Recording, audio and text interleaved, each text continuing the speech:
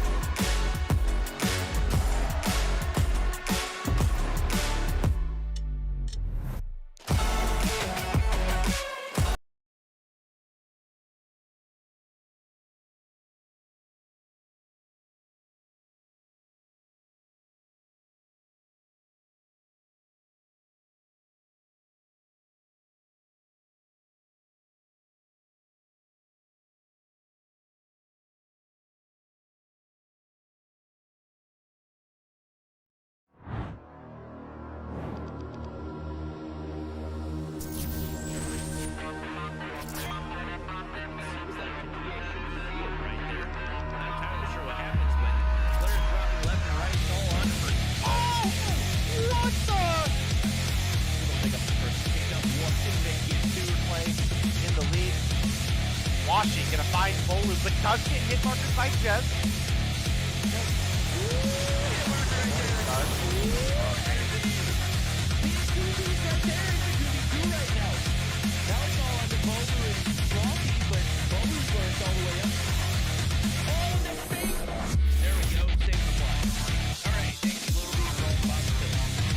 Going up against, they're now all tied up. 1-1. Theo is going to get taken down by Jazz. You can now see Jazz pushing up towards the B flag. Rock that 35 round. Beat it. We have Vague pushing up incredibly far, but this should be a free kill for Theo. Sure enough, with the push from the backside, finds Jazz.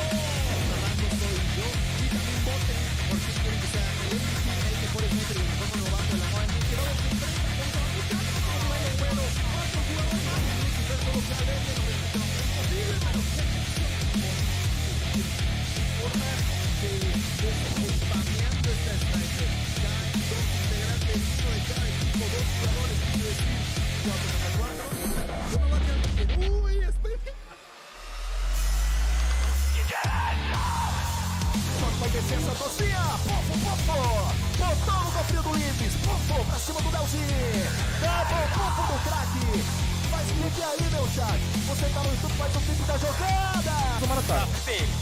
Um som, Vou cravar cima, crava esquerda. Tem um, só tem real. Vai ter mais um. Aí tem que botar Pode ser agora, calma, Sub-Zero pernambucano, nossa!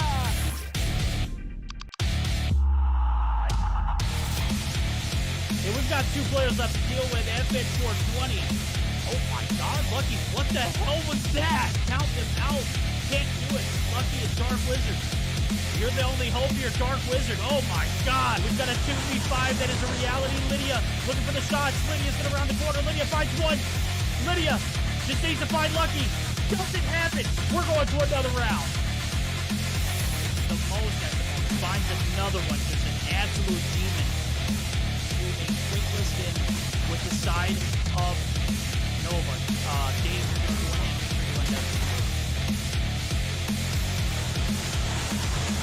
People see, there is one A now. Marvel misses one, but doesn't miss twice. Out. Oh my. Chris, he's all one. More. Where you at, homie? I know you're in the tip. You're excited on this area, but right now you're excited. It ain't even close. Lucky. Get headshot. Costco, flip the smoke. Get it too, homie. We got a 1v1.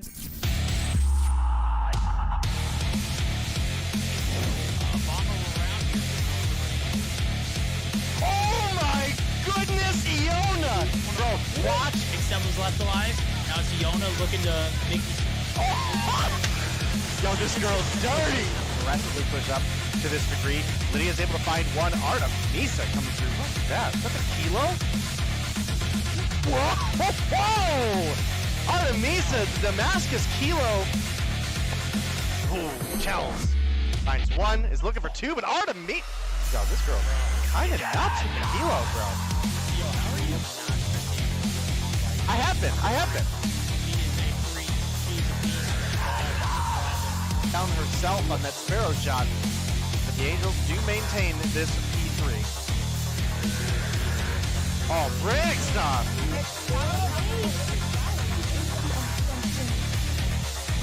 Well, it was looking good for a minute there for the beginning of this round, but it has quickly gone in.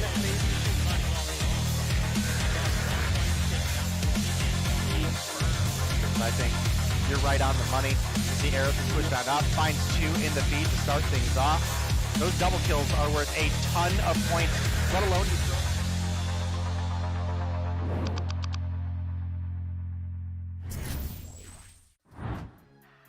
Welcome back, my name is Diana and I'm your host for day 1 of Mobile Mayhem winter season.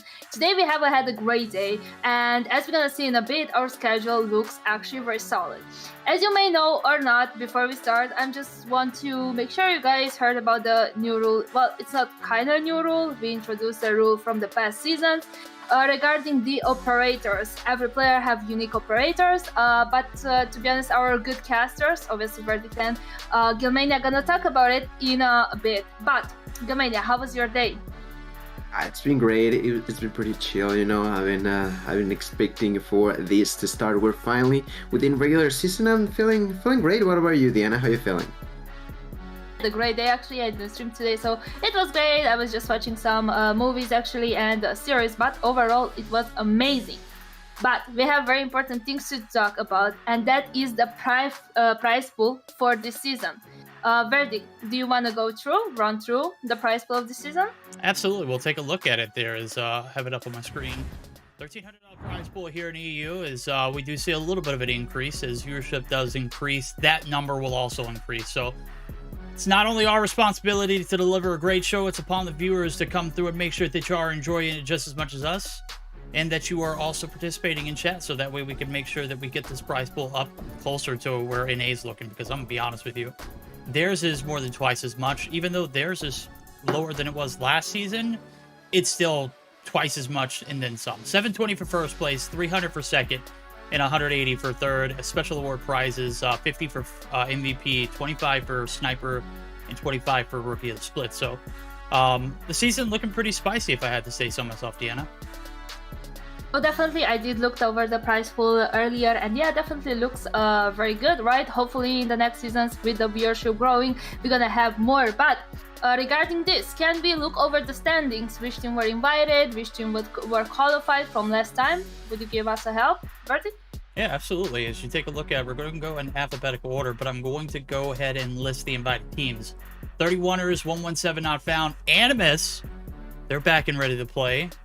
FA Ducks was an invited team. That one should be an interesting one. We'll go over the details of who's all on these rosters as we progress throughout the stream. Kings and Team Mobility, they're rounded out for the top 6 that were invited. The teams that battled it out in challengers and qualifiers who made it through the cut is going to be Cold Esports, Enigma, Icemont, and Sonic Club. To see all the teams playing, and I'm actually very excited for this new season. Obviously we are in the regular season now, and Gilmania, can you go over the schedule of today? Absolutely. For us to start this beautiful evening, fellas, we're gonna watch the FA Dogs battling against Cold Esports. On match number 2, we'll see 117 Not Found versus Enigma. Then for the third one, there's the 31ers versus Icemont. And to end up the night on a high note, there's the Kings versus Sonic Club. So as you may have noticed, there's gonna be the challenger team versus a few of the invited. So that should be another clue as to what we may expect for this season throughout it to be. The first game is gonna be FA Ducks versus Cold Esports, and I do see both teams in the lobby, and I think you guys can go over the map bans and the unique operators, because as I said earlier, this rule was reinstalled this season, so every player has a unique operator. So I'm gonna let it. Have fun, guys, and I'm gonna see you after this. All right, Deanna, we're going to go ahead and take a look at the best of 3, where we're going to see this one start off. This series should be an absolute banger.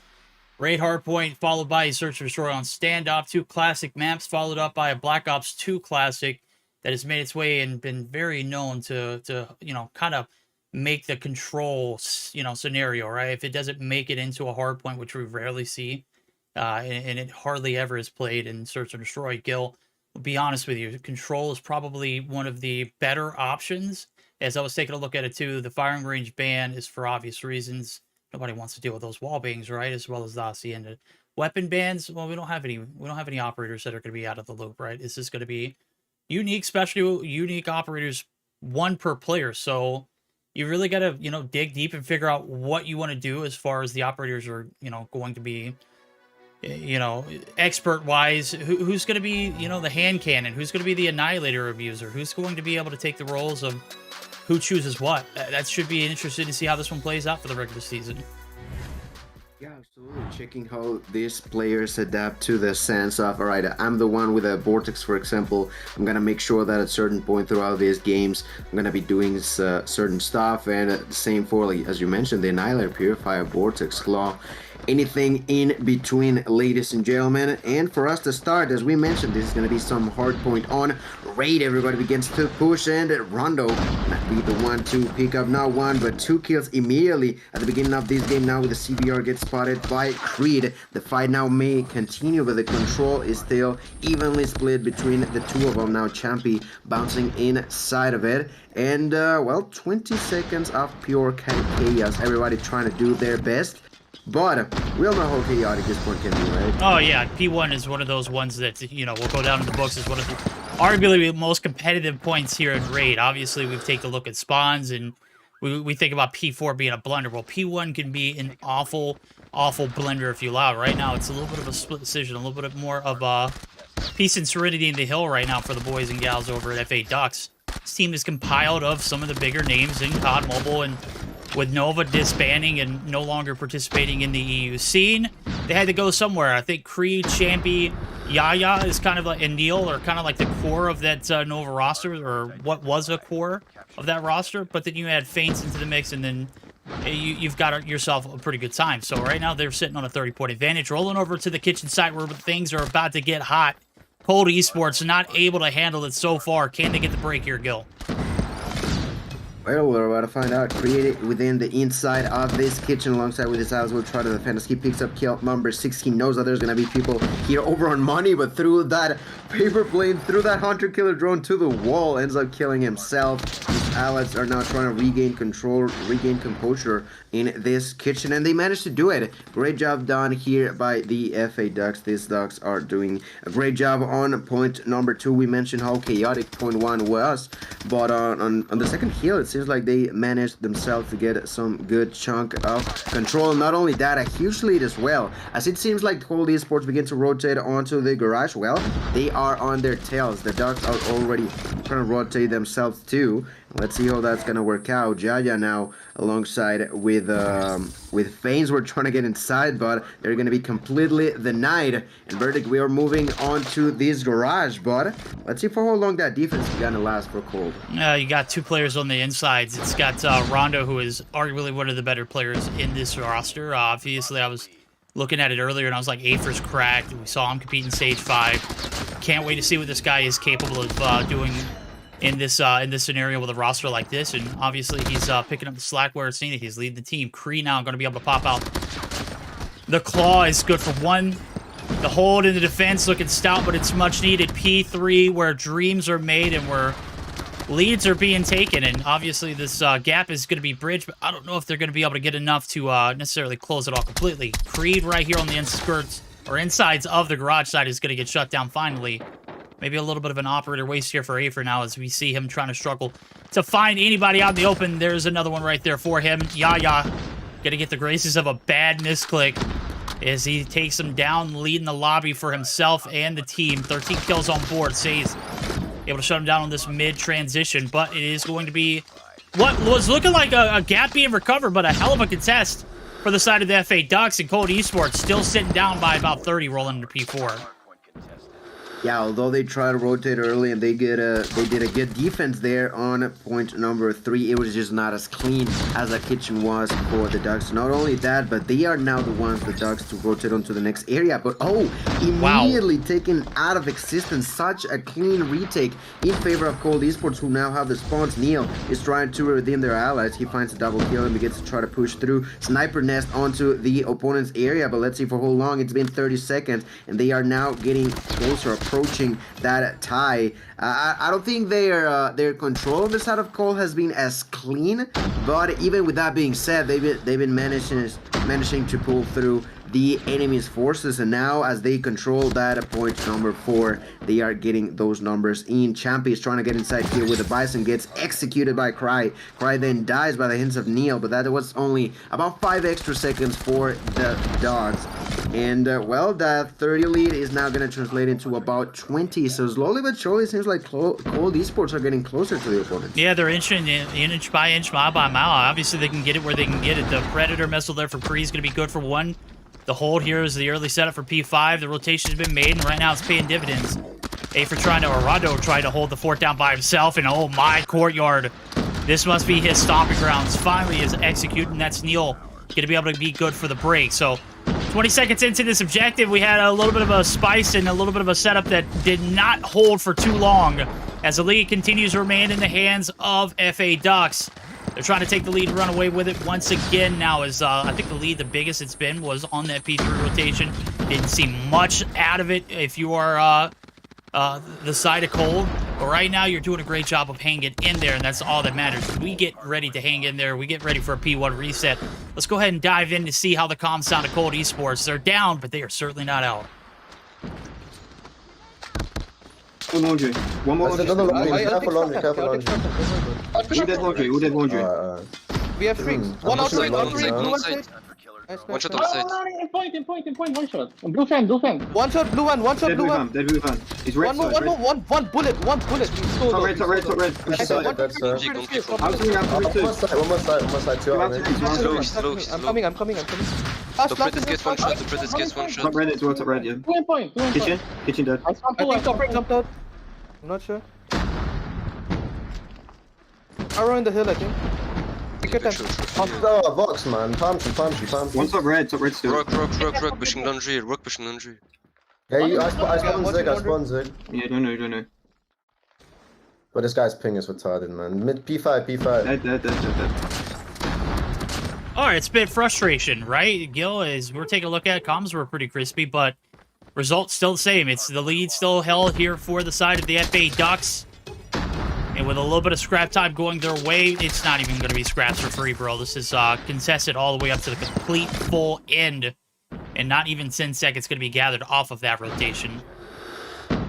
Yeah, although this map is with 5 kills, 5 points for Hardpoint, I feel like that is gonna be making it for a long run for us. Both teams are fighting so close. The slight advantage continues to be in favor of Dogs. Cold Esports, as you mentioned, they're trying to get closer and they've managed to pull through a few times, but it's still just not been enough. Now they're gonna regain control on the inside of this area. Jaja with an 8 gonna take a kill. Creed is trying to push through main, finds one, goes for the second, doing a lot of damage onto Afer, who eventually dies by the hands of Yaya. And there's yet again another retake. Back and forth. These two teams are giving in their best. Jaya trying to defend, but there's the Purifier being used, but also the Annihilator by Neil. Neil coming from behind, finding a double, a triple, a 4-piece actually at the end by eliminating Sace, doing an outstanding job here with the Annihilator. Running out of time of it, the scrap time will be taken by Champyway, while everybody else on the Dock side are rotating into the garage. Last time, it was this point that definitely helped Cold Esports a lot, and if they manage to do it slightly better than the previous one, they can not only tie it up, but also try to finally get some sort of a lead in throughout this game. Yeah, but their major adversary rolling in this P3 was the contest time that allowed FA Ducks to mitigate any kind of damage that came off of this. So you talk about big investment for a rotation, but right now the contest is still going to be coming through. Faints is the last one here. He's going to win a massive gunfight. And things starting to look a little unsettled for the boys and gals over at Cold Esports. Says it's going to bite the bullet. The dust has been settled. FA Ducks are rising above the competition. Let's go ahead and rise up for another listen in as we dive in for the second time around. This time around, it is going to be with the Ducks.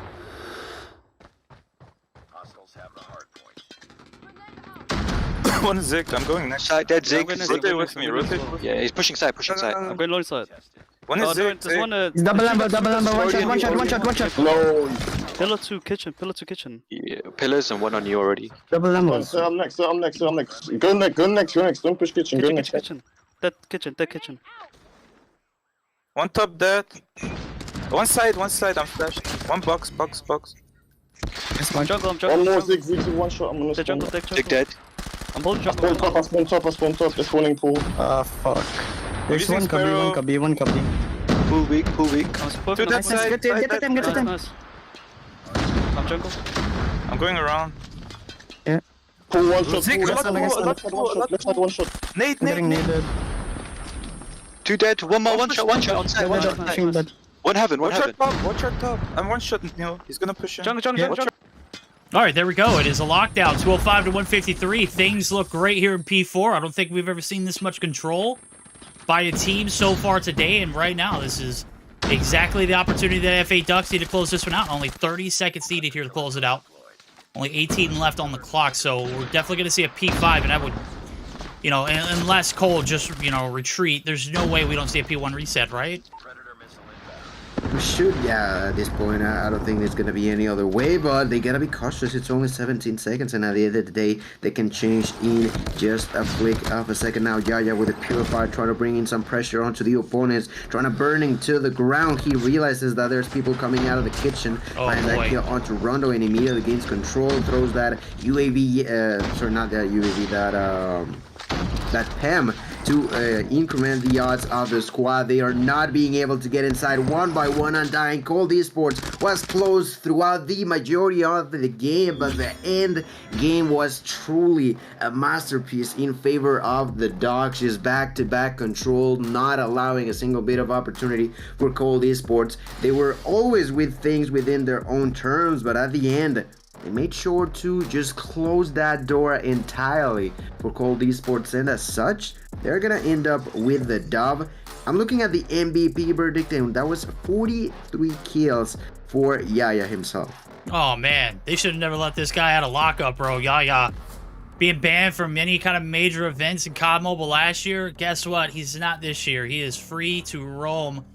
And what he did in this map was just absolutely chaotic. 43 and 25, only 34 seconds on the hill, but when you're adding that kind of value to your life, of course you can allow your other compadres and Neil and Creed and Champion Faints to collect the hill time, man. I'm dropping 40 bombs, baby. This is day one, game one. And Yaya came out swinging. He chose violence. On the flip side of things, get a sea of negativity and a lot of struggling. Afer is the only one who managed. Well, no, Afer and Creed. Afer didn't have quite the hill time, and that's probably a problem, Afer. I won't call you out too much, but when your team's down by about 100 points, hill time is going to be of the essence, and obviously, you lost. So, got to reevaluate, got to rewatch the buy, got to figure out where the problems went wrong here in map number 1. The raid can be a bit of a blender if you allow it to be, but more importantly, you need to find a way to win the game, and it just was not done. You did good hanging in there, but that's just not going to cut it. Yeah, you did good, but you needed to do great to actually try to get closer on this one. And, well, Cold are gonna end up on the bad side of the action. They are now losing 1-0 against the members over the FA Dogs. Well, ladies and gentlemen, that was only game number 1. We shall now begin to prepare for game number 2. Remember, that is going to be some search and destroy on standoff. And vertically, it seems like we are going to be back on standoff once again. It almost feels like that's going to be like a continuous sort of event throughout this season. I feel like teams are just getting more and more used to a map that was already a fan favorite. And, well, make it hardpoint, make it SMD, but it seems like we cannot run away from standoff, my friend. No, it is not. I mean, it's one of those maps that, you know, it's been played since the beginning of time here in COD. It's whether it's mobile, whether it's console, it doesn't matter. As long as you play competitively, as long as this map was available in a competitive title, it was in the rotations. Right now, we're going to get a very good look at the Classic as itself. So Creed's going to be able to open up the first blood. They've got the defense locked down so far, but Creed, not the same name, but the same results for 1, make it 2. Now, as Rondo's going to be able to find 1 saves on the back end as well. Vat is trying to hold off this push, and Creed is the last hope. Rom's right in front of. I was about to say, there's no way you don't get this kill, Vat. He was just playing with him. 1-0 lead in favor of the defense. Cold Esports striking pretty quickly here, getting on board. That was a 30-second round. A quick one indeed. I gotta say that I was quite confused by Bed just taking his sweet time to eventually start shooting at him. He does take that kill, and as you mentioned, on a quick round, that is going to be in favor of Cold Esports. Now we're going to have a different approach on the side of the FA Dogs. They are no longer being as reckless as they were on their first round. Right now, taking their time, just thinking about their next move. The one pushing forward seemingly was Creed, but as soon as he doesn't see anyone on back alley, decides to back out himself and just patiently wait. They have a couple of snipers to play around with. One of them is going to be Neil. Neil here with the DLQ doing a few jump shots, not spotting anyone just yet. There's someone right around the corner that is going to be safe and misses that first shot, and he himself takes a lot of damage. Still not going to be enough. No kills are going to be taken just yet. Yaya opting to push more aggressively as he's already on the outskirts of Delhi without realizing that there's someone to the left with a flick, a perfect flick. Take that kill onto Afer. Now that is going to be the perfect door opening for them to plant the bomb over on up, and that's exactly what they're doing. Cree with yet another nasty kill. Buys the dodge by Cree. Cry doing a good job, but still not going to be enough. 40 seconds left, and Verdict this is still, I was going to say 4v2, but no, that's a 4v1. As Cree dies, says is on his own. Champy with the kill. That was a good collective effort. As soon as they take a couple of kills to open some room for themselves, they plant the bomb and increase even more their pressure onto the opponents. It's just such a great tandem play, a great vetted approach. You get the kills, you get the bomb plant, execute. 4 players left standing there, no casualties after that post-plant setup. And already, we are struck gold in this series. First blood is Creed has been a demon. Man, it's so glad to see him back on his ish, man. It's like last season, I wanted to be like, hey, bro, can I get you to do something that was similar or, you know, closely, you know, to where you were at when you were with that Anarchy roster that caused so much problems for this scene. Well, I think he might be back there. Yaya is also back, and that's a great combo for the duo as they combine for first bloods yet again, round after round. Neil has dropped for the flip side, so 1 for 2 trades. That here on the side of the bomb. The heady's good for 1, but it's Yaya who gets the clearance. Rondo here to pick up the scraps. Oh, man, he might get scrapped himself. Champy. Whoa! Champy got absolutely turned on. And very unfortunate for Rondo, but it is going to be Kree who's going to be left alone. It's a 1v2 here for the clutch. 45 seconds on the clock. As we start to see things slow down, the setup looks pretty impeccable here for Yaya. He's got the bomb heady, and you've got Faints who's holding mid, just waiting for any kind of abnormal rotations. See, 30 seconds left, misses the first shot, and as he misses that, that's the doom of him. That's another point going in favor of the Dogs. Great job. It was a little bit chaotic the way they were approaching that bomb, but you know what? It worked out for them, so why should they complain? That's another point for the Dogs. Like I mentioned, we shall begin round number 4. They got the first one by the hands of Cold Esports, but after that, they are struggling. Says now finds the first blood. They are now playing a hyper-aggressive kind of defense as Afer and Rondo take another kill. Afer with the double. Oh my goodness, it's been 20 seconds, and 5 people have already died. Fate's completely on his own, trying to push through back alley with a sniper, but without any sort of control, any sort of momentum for the side of the Ducks. A good adaptation to their strategy on the side of Cold Esports. They realized what was going on by the hands of Ducks, and they opt to play it forward instead of just standing backwards. And Kree with that headshot will find that last kill really easily, really clean. That's another point for them. And I'm liking what I'm watching between the two of them, you know, changing the pace, changing the strategy. If something is not working, if your enemies are coming your aggression or your defensiveness, you gotta switch it up. No, you gotta switch it up. You gotta find a way, more importantly, to take down Yaya and Creed. It has been their show so far. And Docs just literally coasting off the success of those two players. Faint's finally able to add a little bit to the pile, and that's going to be getting them out of the Donut Club. Creed and Yaya combined for 12, and like I said, I don't want to be focusing on just 1 or 2 players, but when you're looking at it, it's a 2v2, and the only fighting chance you have for FA Ducks is if these two fry out. Rondo has dropped as well as Champy. You can see it's a little bit more of a collective effort on the left-hand side of the screen, and that's for obvious reason. They want to win this one. They want to make sure they get that Game 3 control. Right now, they got to focus on this search, and a little bit more of a slowdown here. We're going to expect to see the defense hold the line here in the middle of the map. You got Afer, who's holding this little cheeky spot, gets the intel. Creed never sees it coming. The shots on Neil are just as nice as well, but Creed was able to find one before he goes. Player advantage still in the hands of the side of Cold, and just as soon as I say that, Faints is starting to heat up, and this might be a problem for the side of Cold Esports. The episode end, I might as well add. I'm not too. Ooh, okay. Ooh, I was gonna say that Neil had no kills. I'm sorry, Neil, for even thinking. He just executes, right? Right? It always feels like the players are listening to us first with Fates, now with Neil. They have turned it around. Now this is going to be a 1v2. And keep an eye open for Sace. If they push, he's got a shorty. It seems like they're going to go for the 200 IQ play. And not even push for that kill. Just play it safe. Go for the other bomb. Plant it while also defending your ally. That's exactly what's going on. Sace doing a lot of damage. Onto Neil, not going to be enough. That's still going to be a 1v2. Doing a lot of damage is just not enough. Now finding that last bullet onto Neil, might be the doom of him. Less than 30 seconds left. Shorty now in hand yet again. Let's see how he wants to play this one around. From the courtyard, they're waiting for him. Finds one yet again. Sage just being so clean. With a jump shot can spot the enemy at a distance. Now begins to defuse. Fates is too far away. Fates, what are he's got to know it. Oh boy, man, that is such a missed opportunity. Well, I mean, you've got to get that bomb plant down. If you're gonna play the inside of bottom grannies, you've got to be able to see the bomb. And bomb was obviously planted for deli or hop up, any other positioning other than where Faints was. A little bit of miscommunication, a little bit of a ball drop there. The 2v1 spoiled. The ninja defuse saves ice in his vein.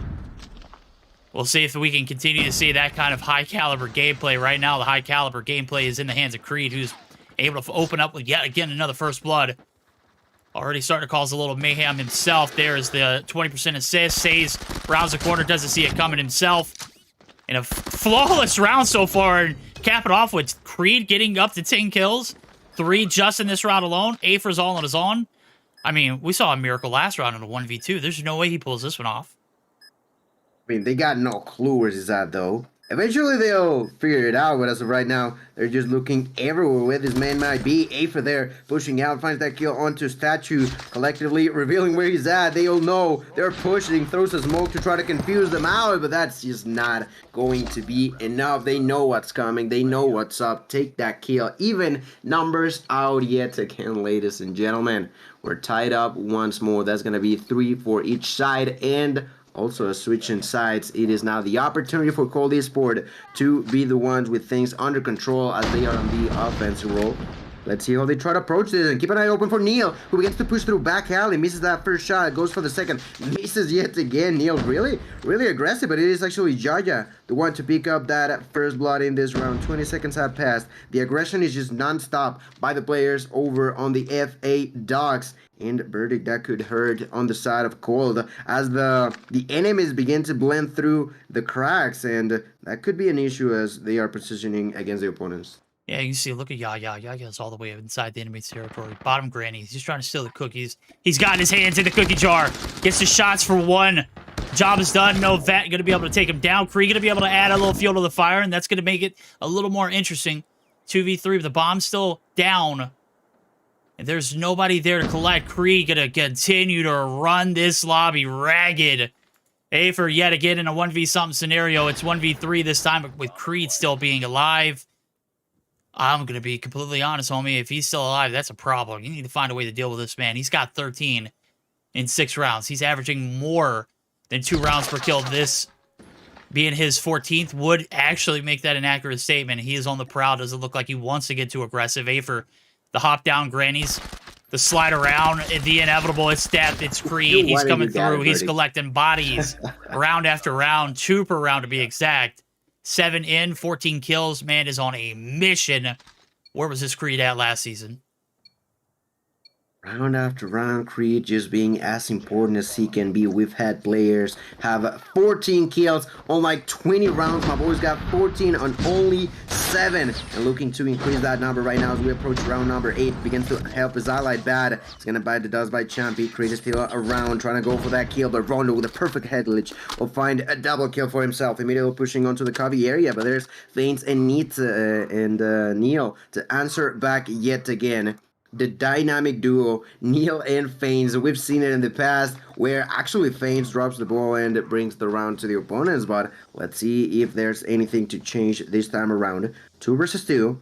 There's 1 sniper on each side, and Kree is the one to land that shot onto Neil. That is just bad news for Faints. Bomb is gonna be planted. Faints is pushing. Faints is pushing, not on time. Ronda's there, takes that kill. Gotta be cautious, gotta be careful. People are super close to you. Begins to reload and could take this kill over on tank, but it seems like Kree is just playing it smart, just goes back, begins to wait on the backside of boxes, making sure that they are not rotating all the way around. Faints has no clue where the opponent is at.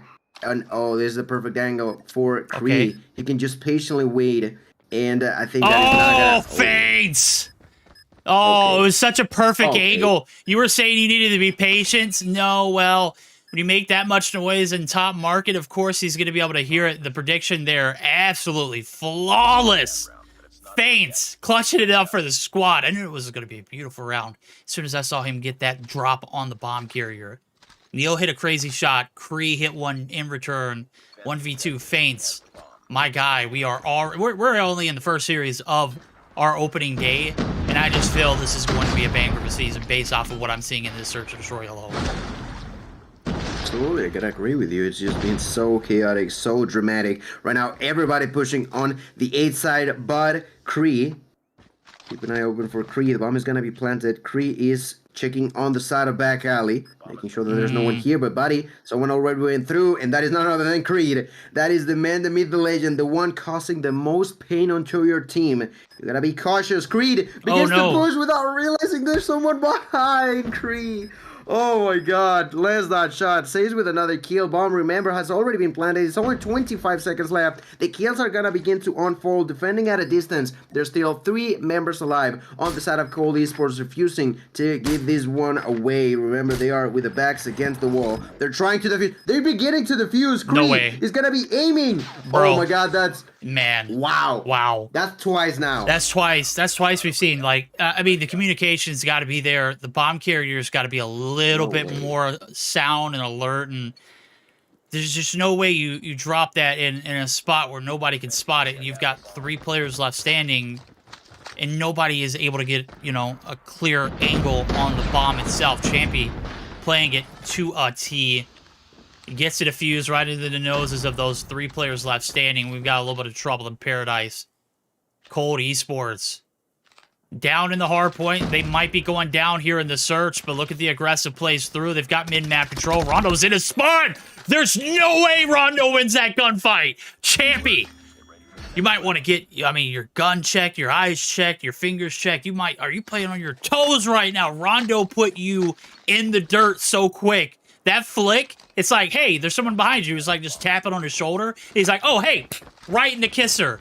Just dead. Deaded. Big bounce back around there for Cold. Is it going to mean anything, though, Gil? Not too sure. Not too sure. They were trying to go for the comeback situation, but as you mentioned, it's really going to be quite problematic now. A few kills are going to be traded in and out. Creed with 2 kills so far this round. He struggled the past 3. I might as well add he didn't get no kills, and in here it doesn't matter too much. He's gotten 2, and now there's a 4v2 with the backs against the wall. Cold Esports trying to survive, trying to prevail, swimming against this river. And I don't think this is going to be an easy one. Creed begins to push and lands a shot onto Champy, but bites the dust by feints, and Neil is going to settle this one up. The last nail into the coffin. You've said it. This is the first match of the season. We are starting on a high note. A lot of ups and downs for both sides, or a lot of dominance at the same time on the side of the FA Ducks, as they end up with a clean 2-0 victory versus Cold Esports. There we go. The clean sweep. Get your brooms out, chat. Thought this one was the comeback of the ages. Wrong. Ducks coming through mightily. Mighty Ducks. Something like that. You know, I'm trying to think of something creative. We're still in the early stages of, you know, names being tossed my way, saying, hey, the FA Ducks, like, what do I have to work with? I got Mighty Ducks. You know, they're just ducking around. I don't know. I'll figure something out. We're going to make it crafty. We're going to make it smooth. We're going to make it interesting. It's going to be a hell of a season. Right now, they are completely undefeated, uncontested in this first series. Cold Esports, one of the challenger teams. We didn't get to see them play. Why? Because their team, the team that they were playing against, was not able to field a roster, unfortunately. So, I don't know if that's completely accurate, but what I will say is accurate is Creed. Creed was hella accurate, 16 on board. He was a master of first bloods. And the tandem duo of him and Yaya, man, they ran this lobby. They combined for 27, Gil. 27! That's ridiculous. It is just crazy. It's pretty wild, but GG is really well played. Creed, and 16 kills, really well played. And that was only the first one of the night. I think there's a certain someone, special someone, ladies and gentlemen, that we need to hear a little bit more of right now, don't we? Yeah, we do. You know, we're done with all of our duckery. Let's go ahead and get her involved. Deanna, what are your thoughts on my play on words so far this season? Is it on par? Is it kind of like cringe verdict? No, never. I would not say that. Maybe think, but not say it in front. Nah, I'm joking, obviously not. We'll wait till Deanna has another takeover of Verdict Stream. God, man. I'm sorry. Bro. But yeah, definitely. It was an amazing game. I was not sure what to expect from both teams, right? Because I just saw them maybe playing this specific roster, right? So I was very interested to watch both of games. Well, I was expecting to a third one. Both teams have incredible players, right? So watching them was amazing. And we did start with a good hardpoint, not on a very nice map, but you know, big move forward, right? We did start with a good P1 and P2 on the side of FA Ducks. Managed to get actually a very good lead. And then the P3 spawns actually started very good on the side of Cold Esports, actually having a good defense. They did had a couple of breaks from FA Ducks, and but still we managed to see how the game getting closer and closer. The transition from P5 to P1 reset bring a lot of operators in the mix on both sides, because we do have unique operators, right? So I really enjoy seeing different operators on different players, right? And they were kind of used on that transition, managed to get it a little bit closer, but P4 looked very, very strong for FA Ducks again. They managed to have that control during the game. Okay, they did have their rotation on point, and also they did had spawns most of the times, and that was very good on their side. And then moving towards the P5, they were the first there and actually managed to get the first win. And the person that was the MVP was Yaya with 43 kills, right? He had somewhere like 43 seconds on the point. Cooking. And then moving into the S&D, right? We did started with a very good hard point on the side of FA Ducks. And then Cold Esport just won the first round very, very fast. And the next couple of rounds were back and forth, right? Until like, I think 5th round when it started to be like a lead. We did saw a Ninja Diffuse on the side of Cold Esports. It was unexpected, right? But we did had it, and the aggression from FA Ducks actually managed to bring the game closer. We did saw this aggression during some of the rounds that they had. And with the 1v2 clutch from Faint, we did actually get a lead. So that was the point when actually FA Ducks managed to get more rounds in a row. We had the Ninja Diffuse, like a payback, you know, on the almost the last round for FA Ducks, and they actually managed to win. And we did had Creed with 16 kills as MVP. He did indeed manage to do a lot of kills. At some point you were like, oh my god, Creed has 14 kills already, and I'm like, wow, that was so fast. But yeah, definitely it was a good game for FA Ducks, and an awesome first game in my opinion. Oh, awesome first series, but there's plenty of more action to come, right? I think we have 3 more series on deck for the day, and I think this one is the next one that we have coming up, the 117 Not Founded Enigma, probably has the most potential out of any of the other matches. Why? Because they're a qualifier team that were completely uncontested in challengers and in qualifiers. I think we might be seeing a potential upset around the corner, but you just gotta stick around and find out. I think we're gonna take a quick commercial or a quick COD mobile break, and quick word from Grilla. Don't go anywhere, we shall return.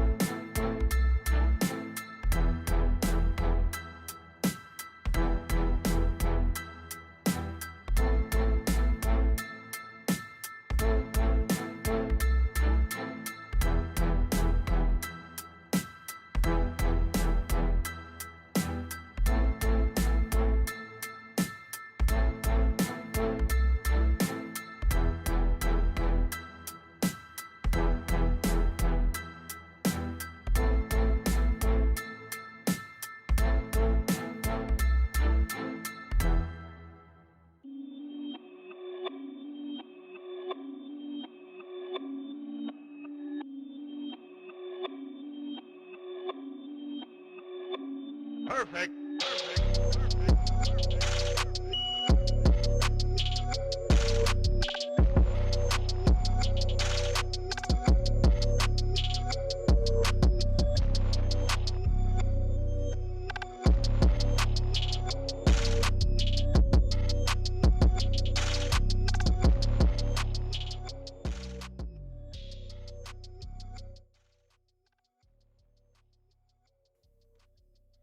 Hi guys and welcome back. We did surely had a short break, right? But we are back for the second matchup of tonight. That's gonna be 117 Not Found versus Enigma.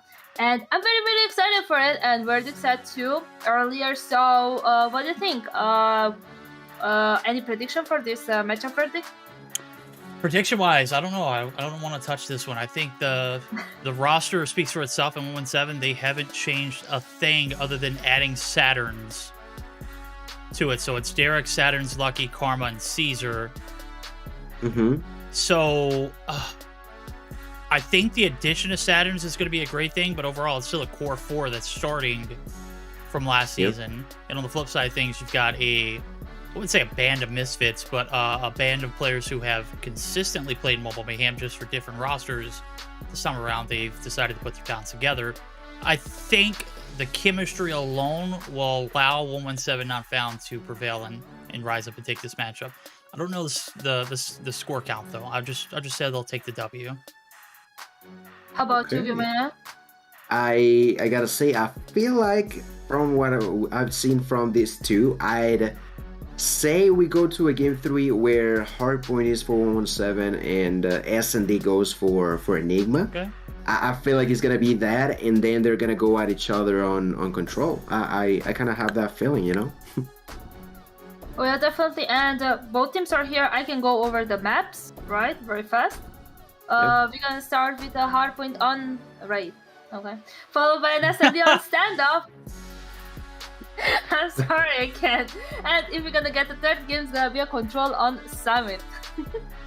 Okay. You know what? It'd be cool if we could play like a raid all day, you know? Yeah, raid right? hardpoint, raid S&D, raid control. That'd be great, bro. Yeah, where's that at? Where's that option, COD Mobile? I need you to update. You could just look at her face. She's like, no, we're not having that. She was not a happy camper when Gil mentioned 24/7 raid. Well, I thought it was a lovely ideal, Gil. I think we need to go ahead and message developers, and it needs to be in rank 24/7 now. It needs to. Yeah. For every game mode. But hey, thank you guys for your support. Speaking of every game mode, who's played that Snowman game? What is it called? Oh, I don't know. I've seen it, but I haven't played it. Big Head Blizzard, that's what it's called. I want to play that. I have it, and I got like the next skin, the tiger one, but I prefer the bunny when someone is chasing you with a big carrot. You know, it's quite funny. Okay. All right. Quite funny. Okay, well, can we get that into a competitive? In Yeah. Can we get that like in competitive format so we can spectate and watch that? I am highly interested in seeing bobbleheads take on each other and giant carrots chasing tigers and whatever and what have you. But I think we're done rambling. I think we're ready for some more action. We got 117. We've got Enigma, your challengers champs, and we're gonna be joined back by Deanna here momentarily as this series is about to start up. Predictions have been made. Gil, after you provide a little bit of insight, I'm going to go ahead and combat you. And I'm going to say, you are wrong, my friend. I think we're going to see the hardpoint won by Enigma, and they're going to sell the Search or Destroy. Why? Because this 117 roster is very crafty when it comes to Surge. Lucky's back. He's better than ever. And we don't have... I'm trying to think of who we were missing. It was Dark Wizard Tilt. So I'm thinking that Lucky anchors his team to a victory in Search and Destroy. We're going to see the exact opposite outcome, but the similar results. I think 117 still take this series. Right. Well, I was laughing a little bit because I began to look at the profile pictures, and they love to mess around with those. Yeah, They're quite funny. You guys are going to be able to see them in a second. But as we mentioned, there's going to be some hardpoint on raid, the first game of match number 2. And we shall begin quite soon, so do not worry, as we have everything mostly set up. We're just waiting for admins to give us the green light. And, well, we shall see. It seems like we have different different predictions. Seems like I feel like it's gonna be a hard point for 117, but verdict is like, no, you are dumb and you shall not speak again, because this is gonna be taken by Enigma. We're about to find out. We are about to find out. Well, I mean, Gil, at least you're handsome. That's what you got going for you. So I really can't say anything much about. No. I feel like this roster, if you recall back from Challengers, they literally picked up some of their best games on Hardpoint. The Search, I mean, I don't really recall being like just absolutely superior. I do believe I remember Bricksta frying in the Search and picking up the slack, and also Mojito, but I also remember Mojito used a banned skin and kind of had them DQ'd in the map that they won convincingly. So I think this roster stands stronger on Hardpoint. I just don't know how they're going to fare against a better Search or Destroy opponent, and that's why I've got to roll with 117, and that's why I got to roll with 117 ultimately for, you know, the whole outcome of the series. I think they have the experience together. They have the chemistry.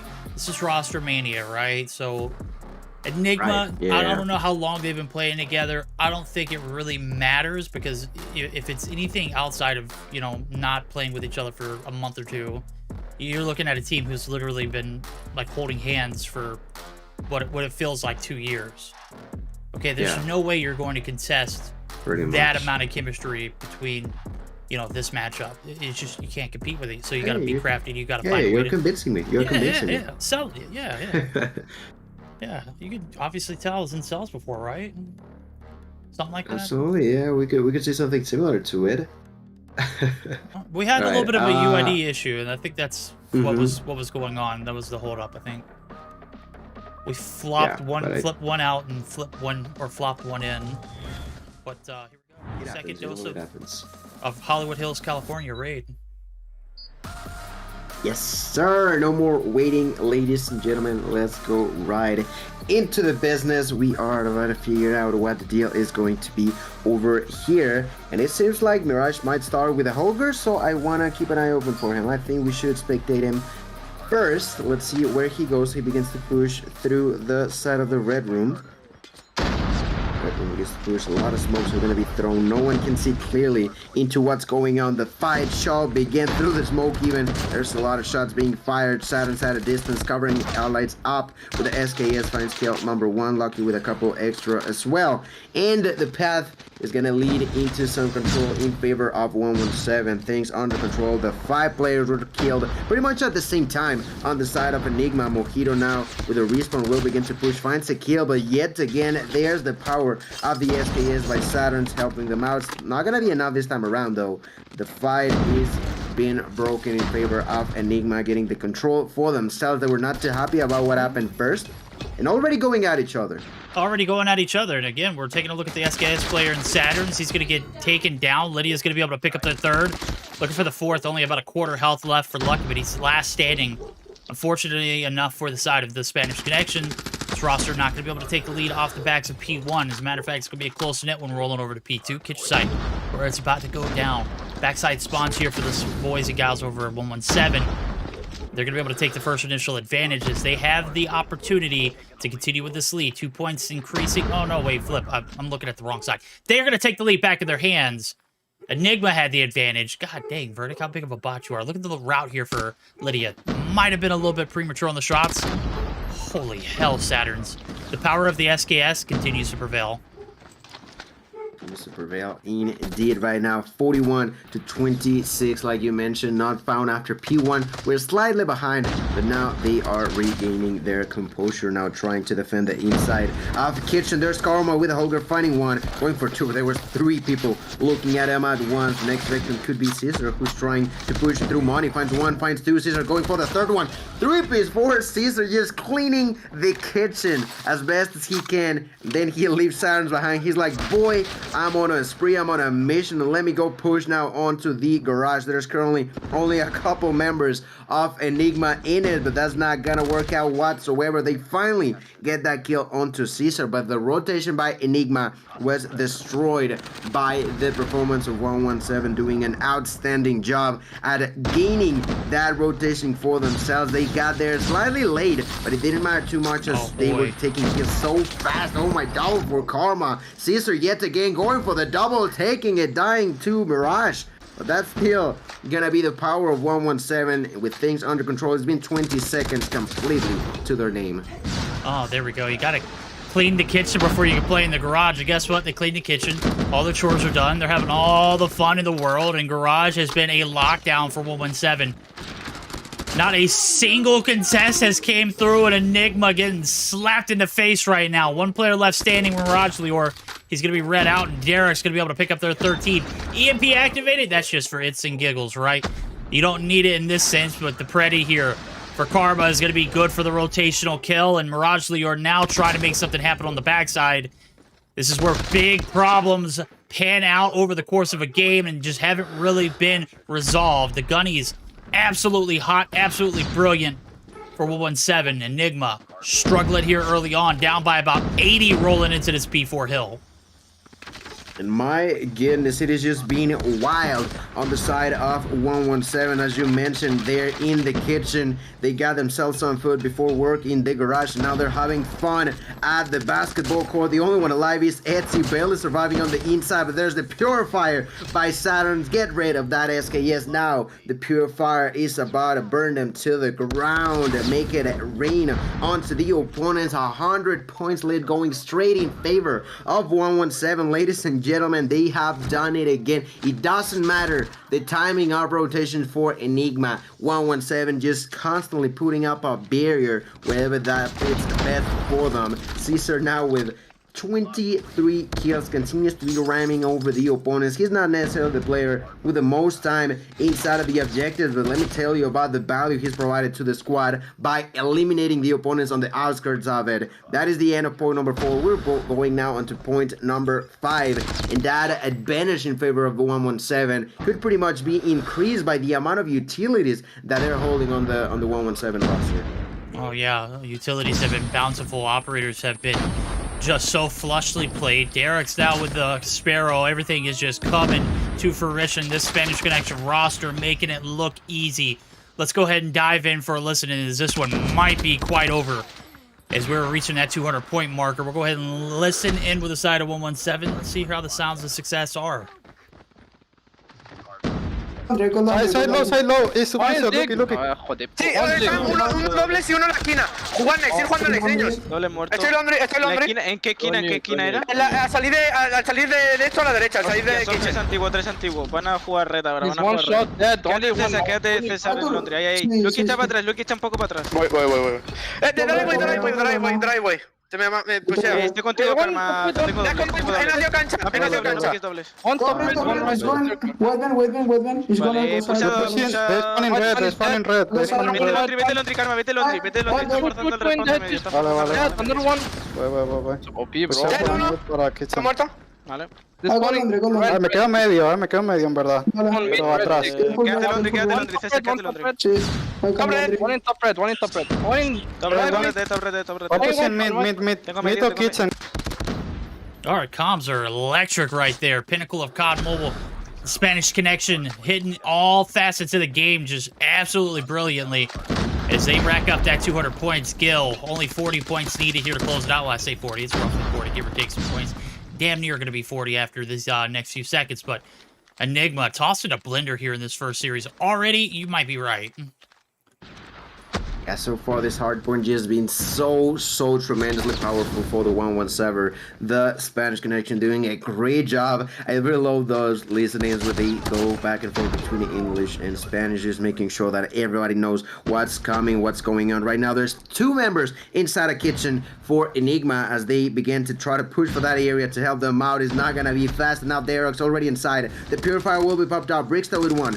Brickster trying to survive, but Saturn is gonna say no to it immediately. The push by 117 is too strong. There's the use of the Vortex. They're trying to survive. They're trying to prolong what at this point sort of feels the inevitable, which is the dub going in favor of 117. Mojito trying to survive here with the Holger, just pushing, just staying inside here with the Holger, spraying and praying that he can survive for long enough, but Saturns is gonna say no. Saturns finds one, Saturns dies, but doesn't matter, finds another kill with the burn hell at the end. 10 more seconds, all they need. Caesar surviving here with the CVR. Well, find one. Caesar likes to find two. Boy. Make it almost a third. Derek finds a double with a nade. Just pure chaos, pure mayhem all across the board. And verdict, this game will go straight into the hands of 117. Such a dominant performance. You were mentioning the fact that Enigma has doing good on hardpoint. They were dominating on challengers. But we have not seen, at least on game number 1, that being translated onto regular season. And we have not. We're not going to get to see that post-action report either. Brought to you by the game crashing, ladies and gentlemen. Definitely not my call. I just noticed that I cued the music and I looked at it and I tried to fiddle and it just was not moving. So if you could so graciously run through that post-action report, because honestly, homie, I am in shambles. Just like Enigma, man. Tossed into the blender, put it on full blast, and that was the result after game number 1. Hardpoint was just disgustingly one-sided. Pretty much it, yeah. And looking at those numbers of timer inside, as I mentioned, Caesar not the player with the most times inside of the objective, but when you got 2 members with over 2 minutes, you got the other 2 with a minute and a half on average. That's exactly where you're gonna get 250 on 279, 100 and I want to say 80 or so points lead in favor of 117.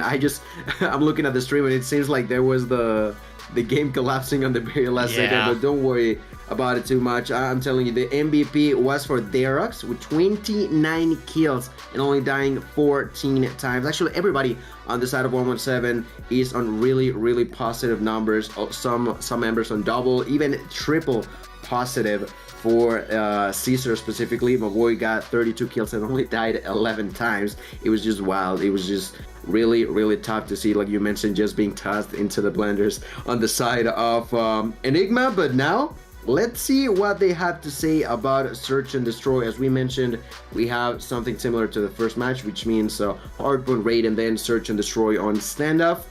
It is pretty much the same.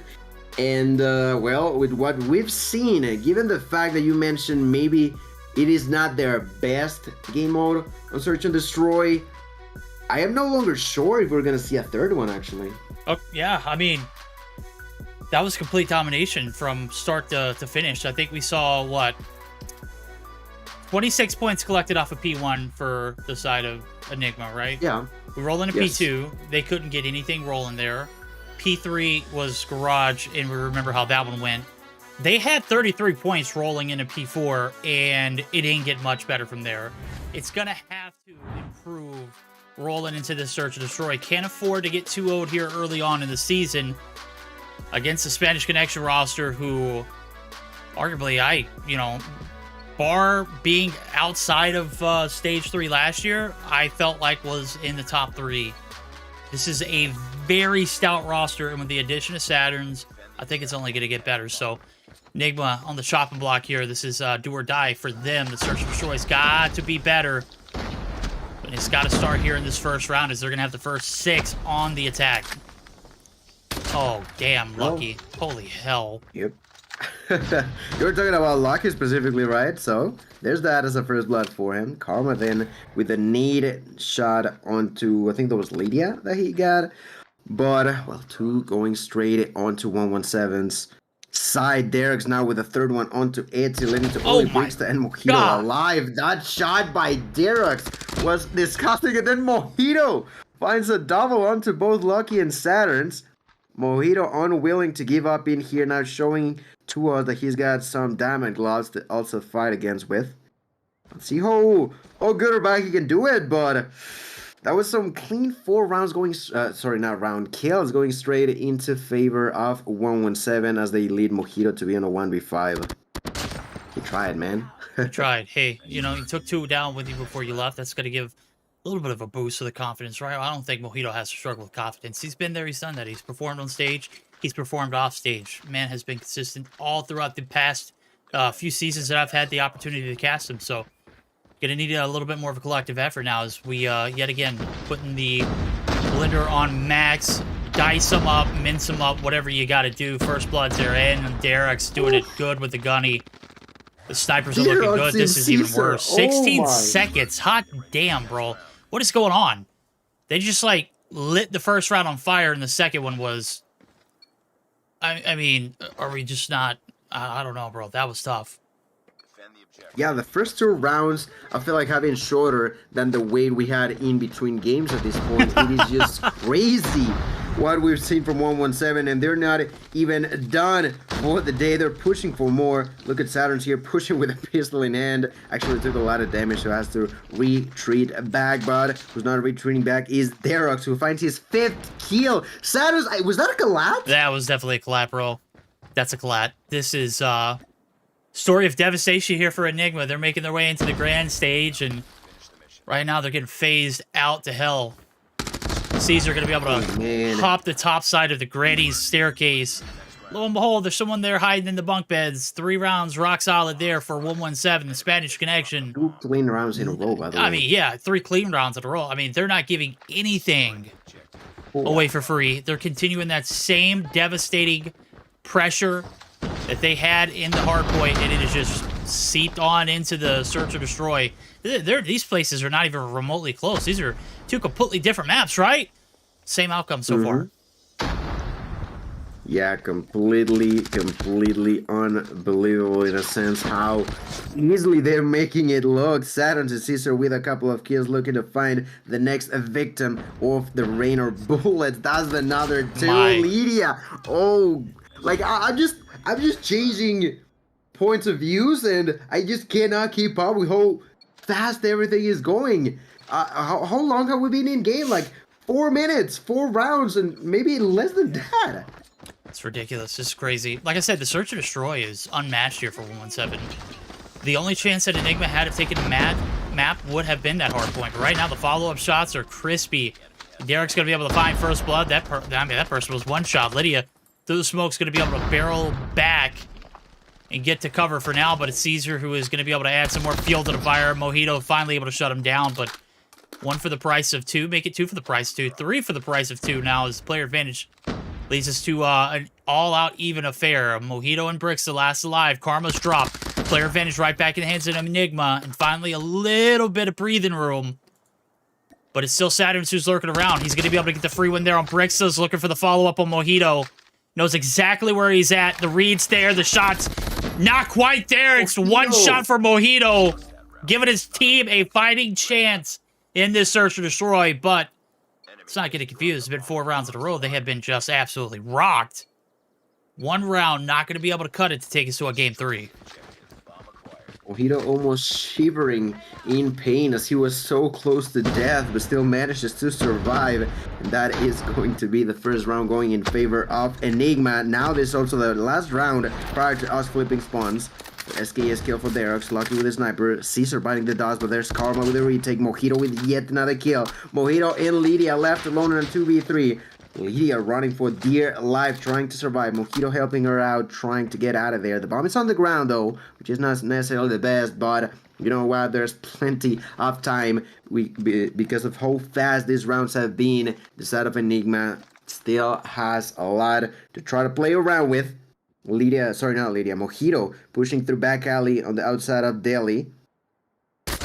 Was trying to push forward, but there was lucky with his sniper. Lydia bites the dust. That's a 5-1. That's a change in spawns as well, ladies and gentlemen. Let me tell you all, this is just not looking pretty for Enigma.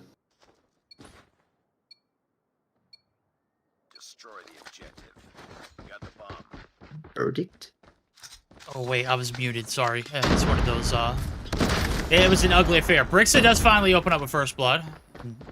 Not very pretty is an understatement. This is a brutal beatdown. Right now, it's murder happening in standoff, and 5 rounds to 1 after the first 6. Not best of odds here for Enigma. We'll see if they can bounce back those. They got the graces of being on the defense. But, I mean, that was an aggressive as hell defense early on. You think is going to make a difference. I mean, we see Derek's just doing whatever he wants, as well as Caesar. Finally, Caesar's going to be able to bite the dust, but Saturn's now on the trail of somebody who's in top blue. Rounds the corner. Not the best COD timing. Etsy taking some shots as well. It's a 2v2. With only a minute on the clock. Bomb's not in the hands of any of the players from 1-7. Might be a little bit of uncertainty here. I think I agree. Well, so far, Etsy and Bricksta. No, never mind. No Etsy, no more. Bricksta on her own against Karma and Saturn. Saturn's already with 8 kills, as well as Caesar and Verax. But of course, he's not done for the day. He's trying to increase that number. They are just pushing to plant that bomb and just reduce the area where Bricksta could, quote-unquote, be hiding, as now the timer is something that also she has to be thinking about here.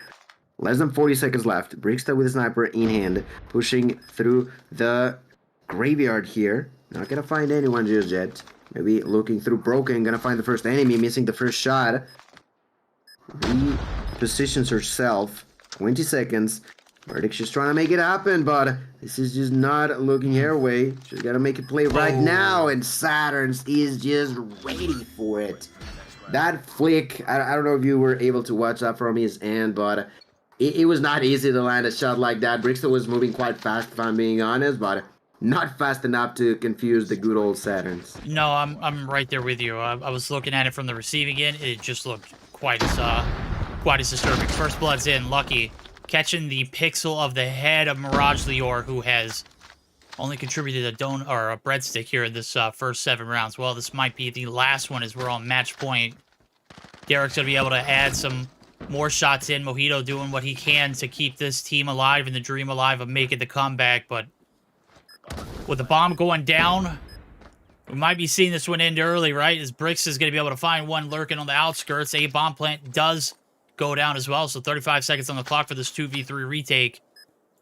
Mojito making a little bit of a journey through the middle of the map. You've got Caesar, who's holding the middle front. You've got Saturn's, who's holding this off angle as cheeky as all get out. This is about as good of a post-plant setup for 3 that you will see today, right?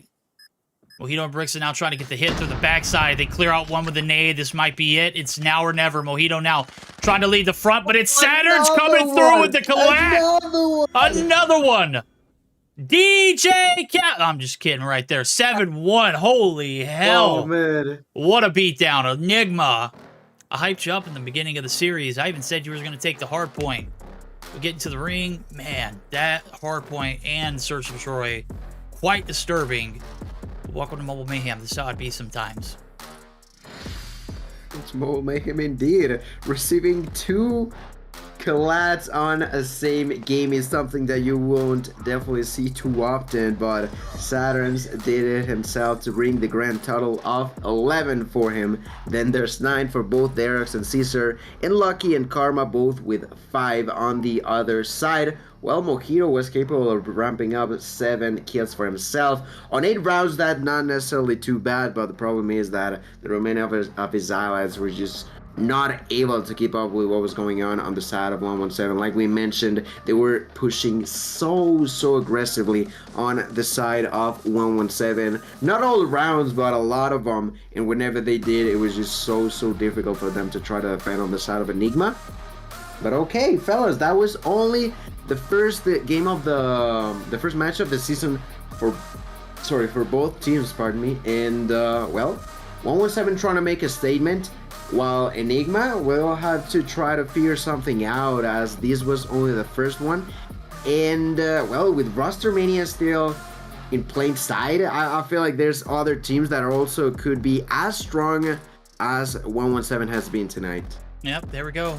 Just as strong. I know who's just as much or even stronger than that. We're going to take it back to the hostess, Deanna. Oh my god, what did we just witness? Or are we going to have to testify after that one? That was brutal.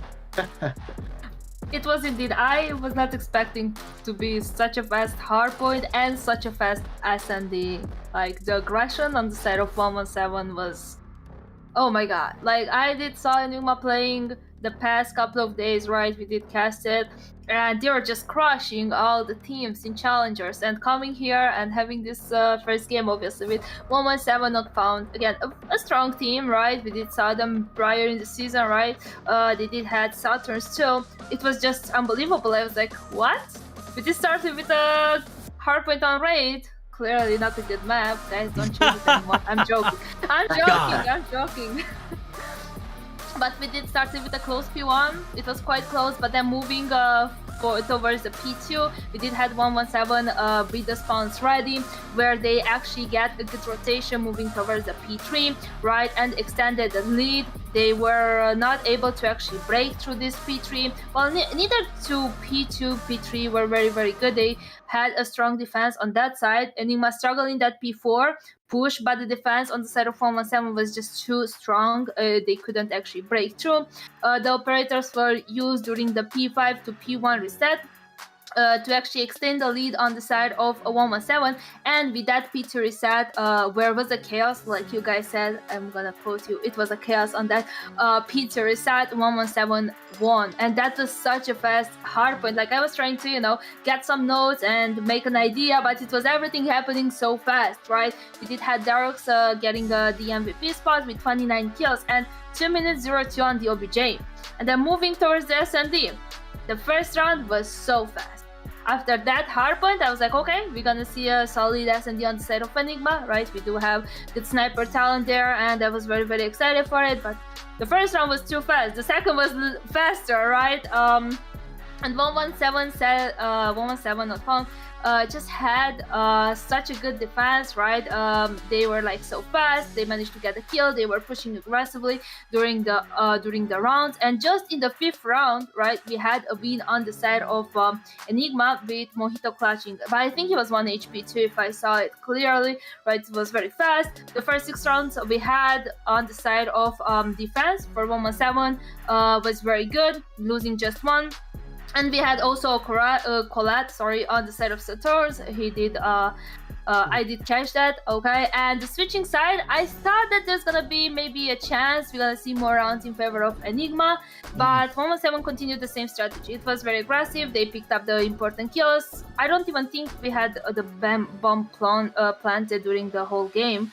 I'm not sure, but yeah, we just saw them being aggressive and getting the win round after round. And I think at the end, the last round was Saturn with the second Colette. That's actually impressive, right?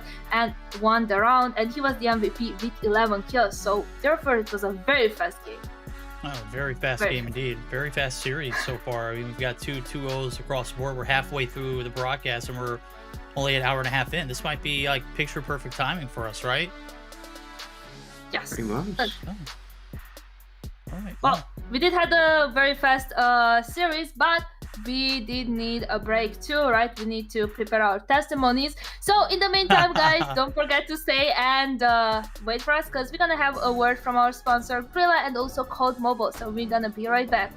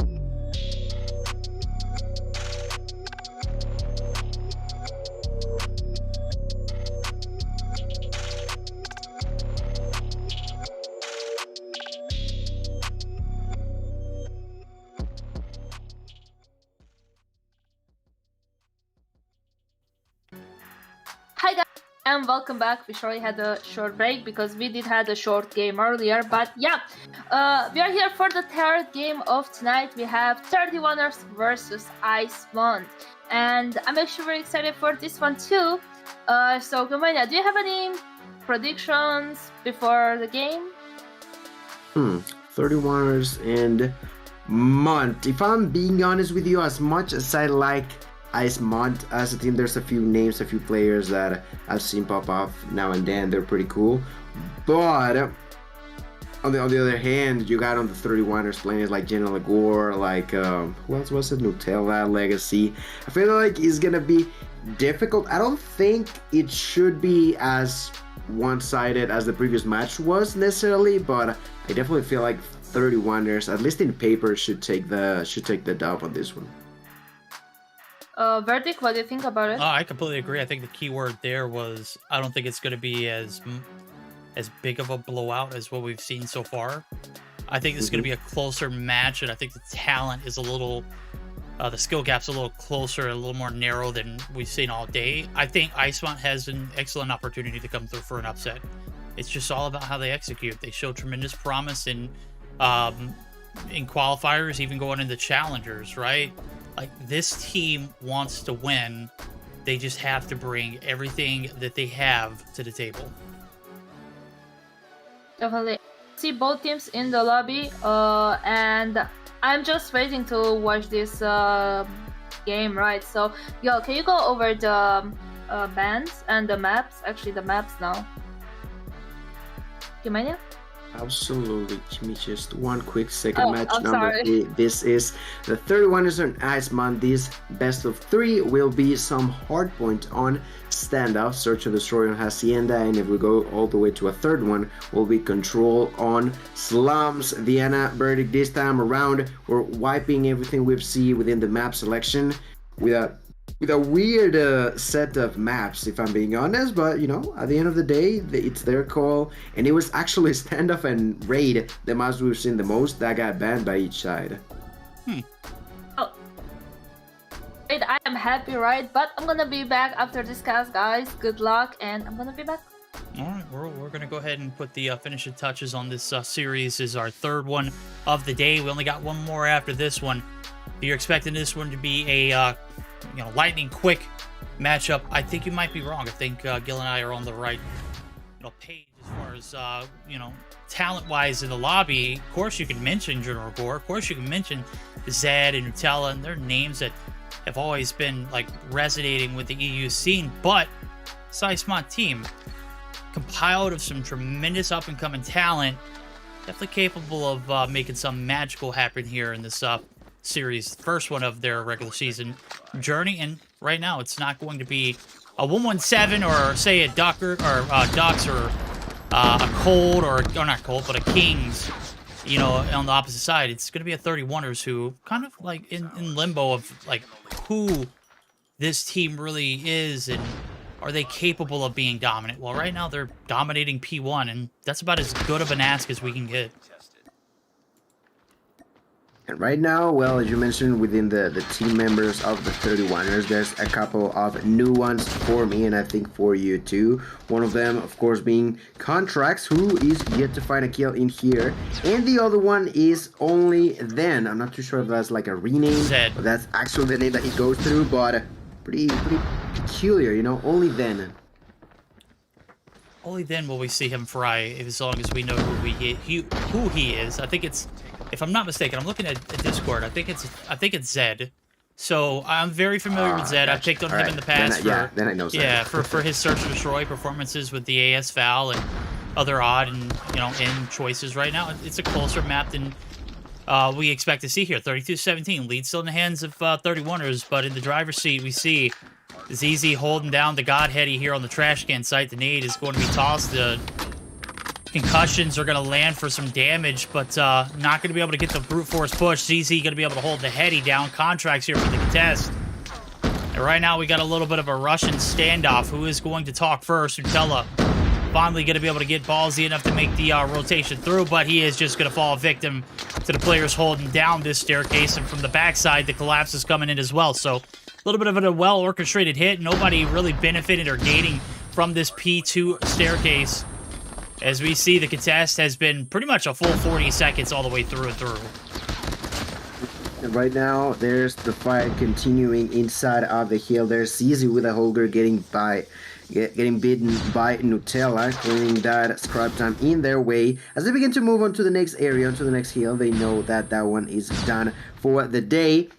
And right now, collapsing on the top side of red, there's a Melon finding that kill onto Legacy, and also with the use of the Pred missile, the defense continues, but they gotta be cautious now. They're pushing thanks to the spawns from the back end of this area. Legacy pushing inside with a holder, trying to get in. There's the use of plenty of utilities that was to no avail, as the push is just too dominant, too strong by the hands of the players on 31ers.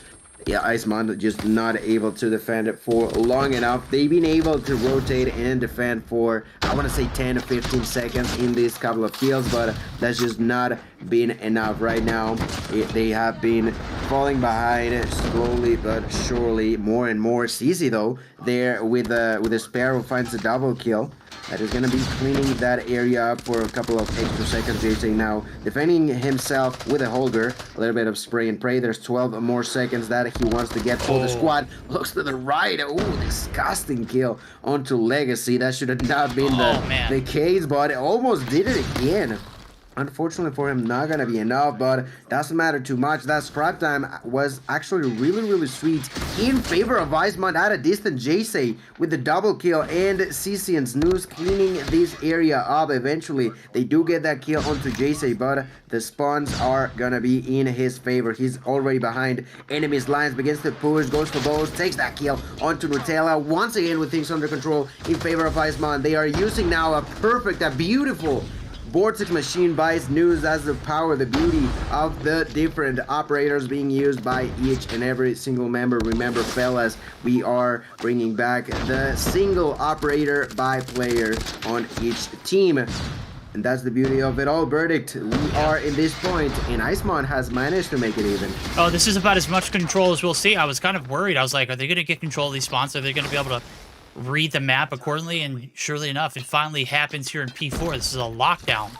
They're holding the hill hostage.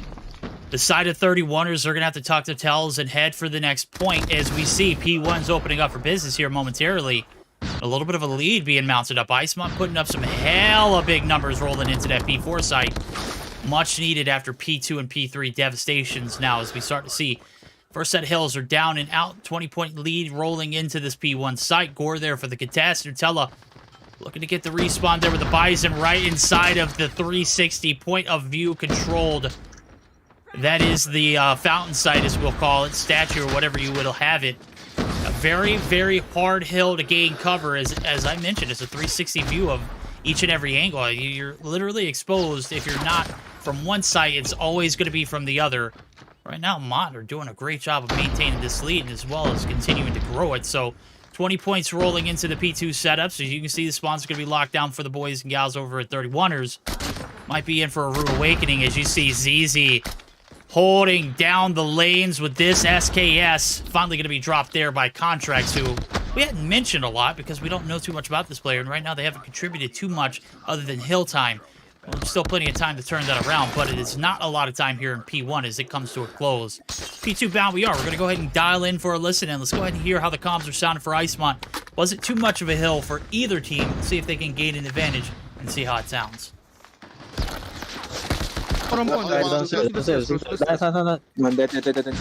Play slow. One dead, P2, one more P2, one more P2 low, one more P2 low. Dead.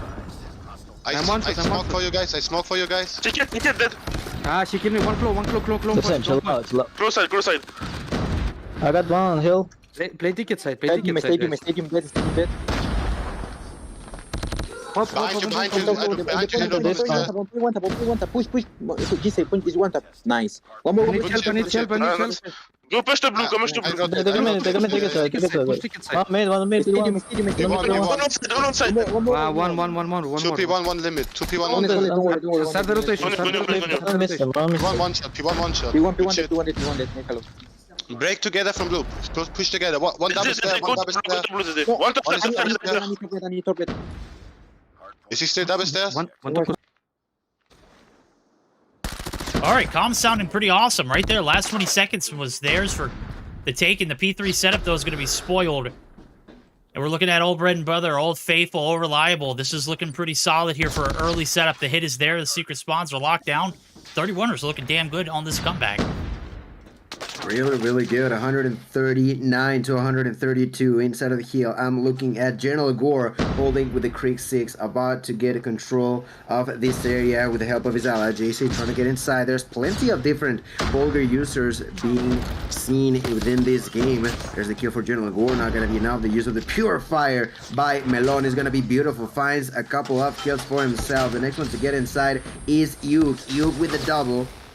Yuk, actually the second was only an assistance. They are now back within the inside of the hill. 15 more seconds and Yuk knows what's coming. Yuk knows what's up. Let's be reminded, this was the point that closed that gap in favor of the members of Ice Mont. So it is going to be really important for both teams to see what's going on, because if Ice Mont manages to do that again, that could be really problematic for the 31ers, as Intelligence somehow ended up killing himself. Only then trying to rotate, not going to be enough. Contracts pushing from behind, getting that kill onto Snooze, but getting spotted by Jace with the defense, doing a lot of damage. Also something that we did not point out at some moment, because I feel like that just happened too much. The Seas was on an 11 kill spree at some point, probably aiming for a nuke. That unfortunately was not able to be the case, but definitely was a huge part of why we saw such a clean and constant dominance being in favor of Ice Mont. And in here, 30 seconds left, the fight continues, and good enough for the 31ers.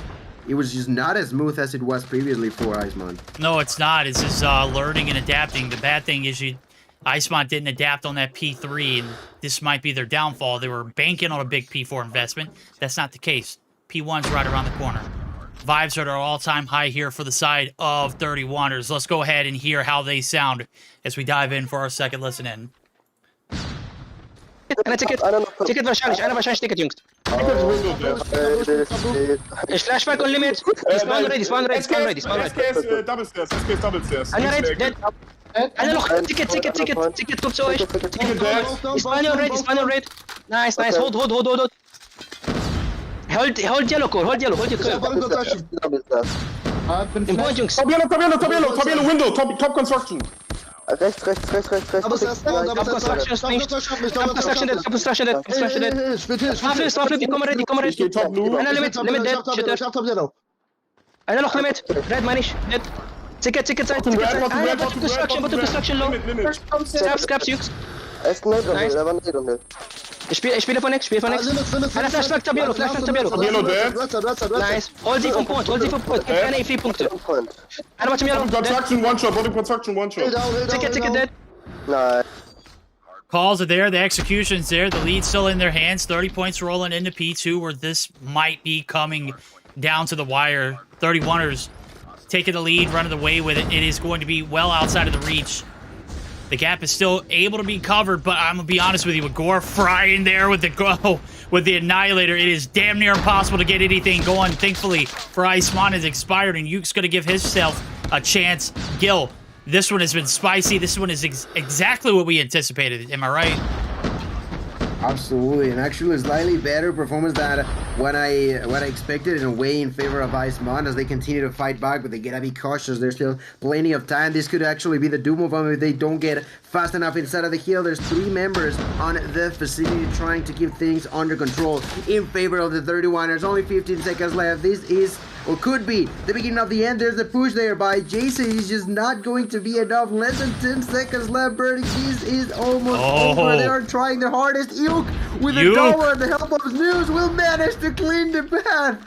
4 seconds away. The fight gonna continue, but they are once again going to break through. They tried, they fought so hard, so long on the side of Iceman, but the 31ers managed to pull through.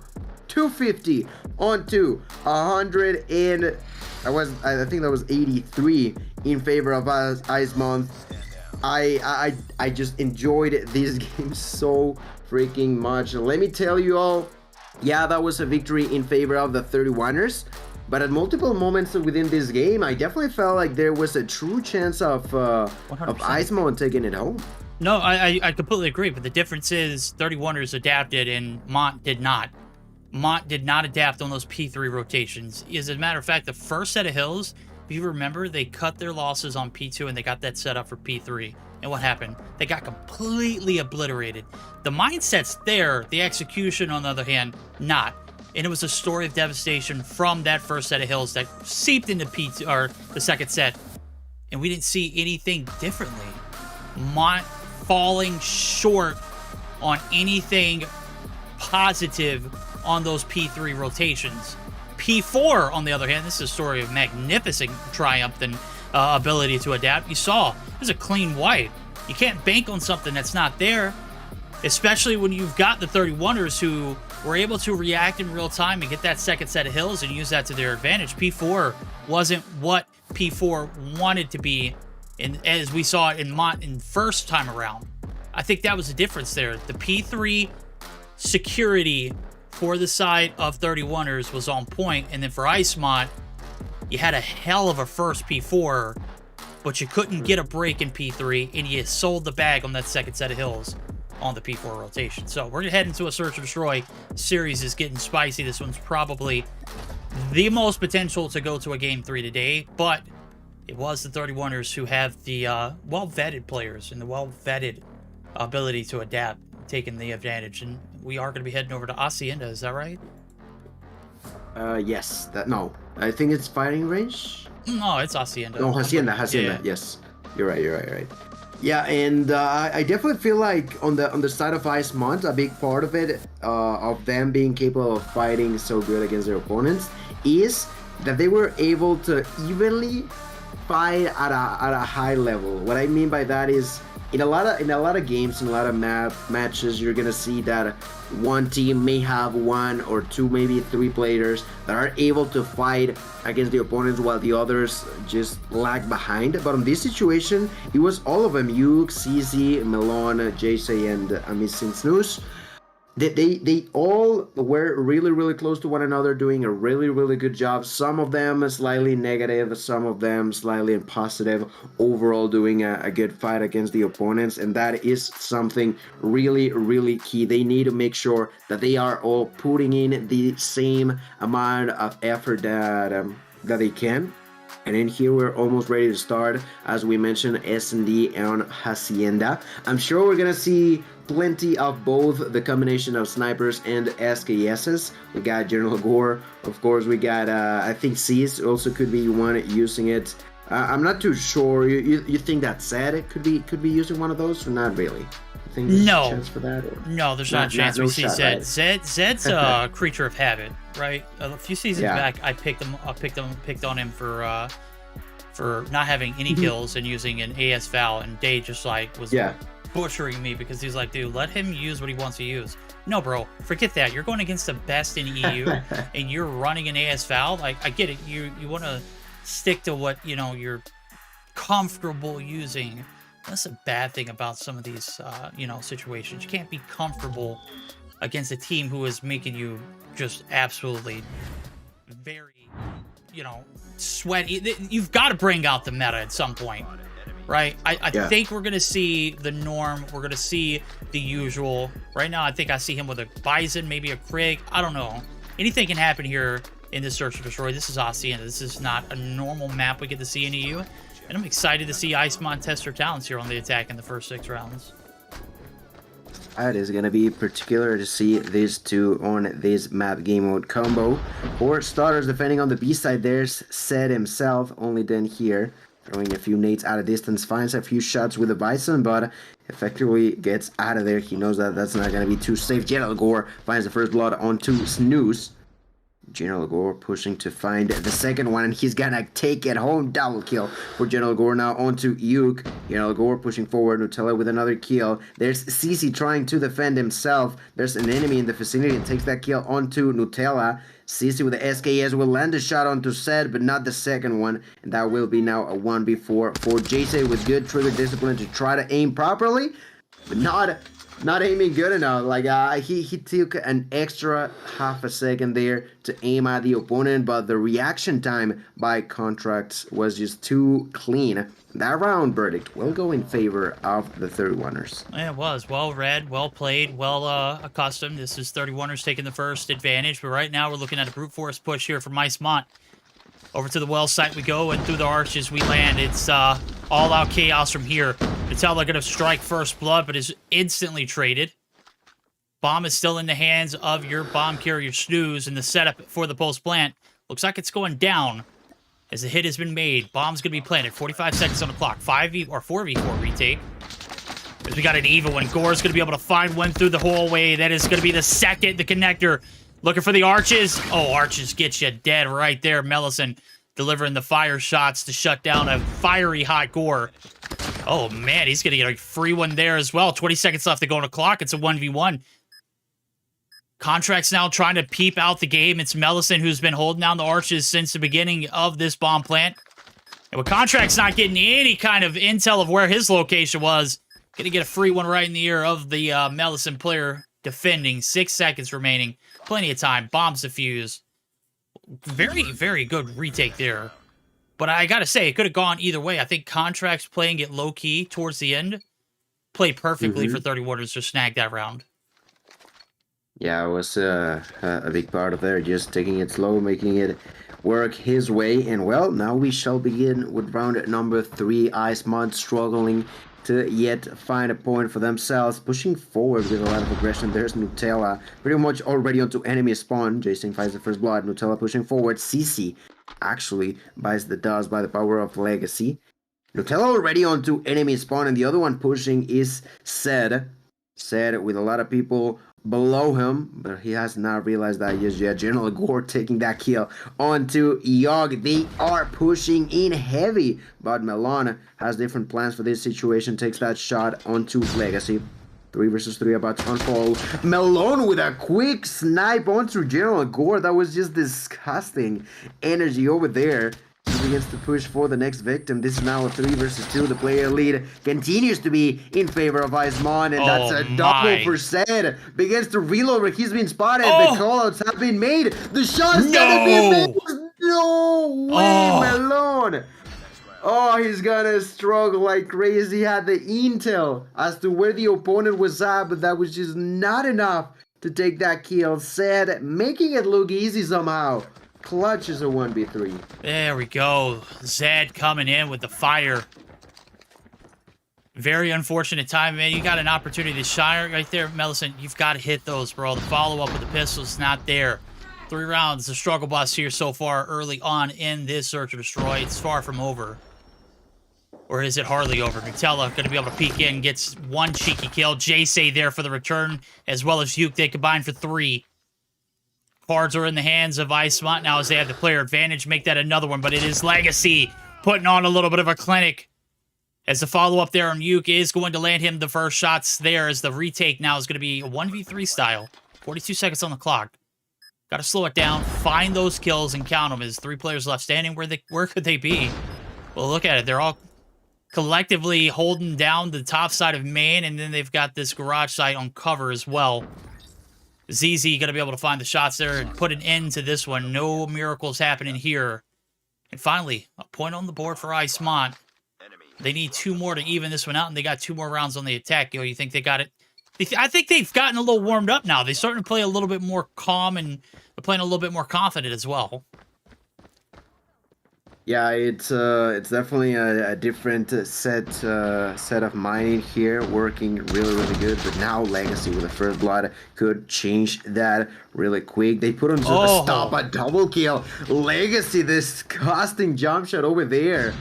Jason gets to react back as he finds one and CC finds the second one. That's a good enough aggression for the opening for Jason to push forward, but misses the very last shot onto Contracts. That is now going to be the player lead in favor of the 31ers.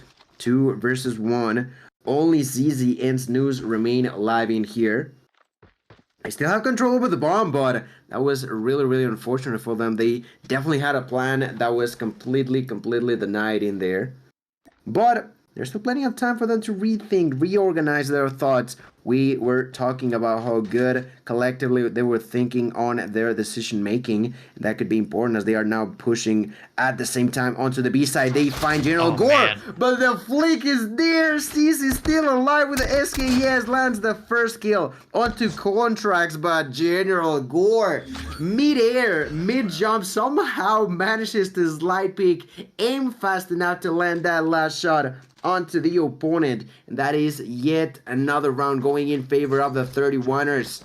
They have managed to adapt, and with that 1v3 clutch, it could have been a whole lot closer, but unfortunately for Iceman, that is just not going to be the case.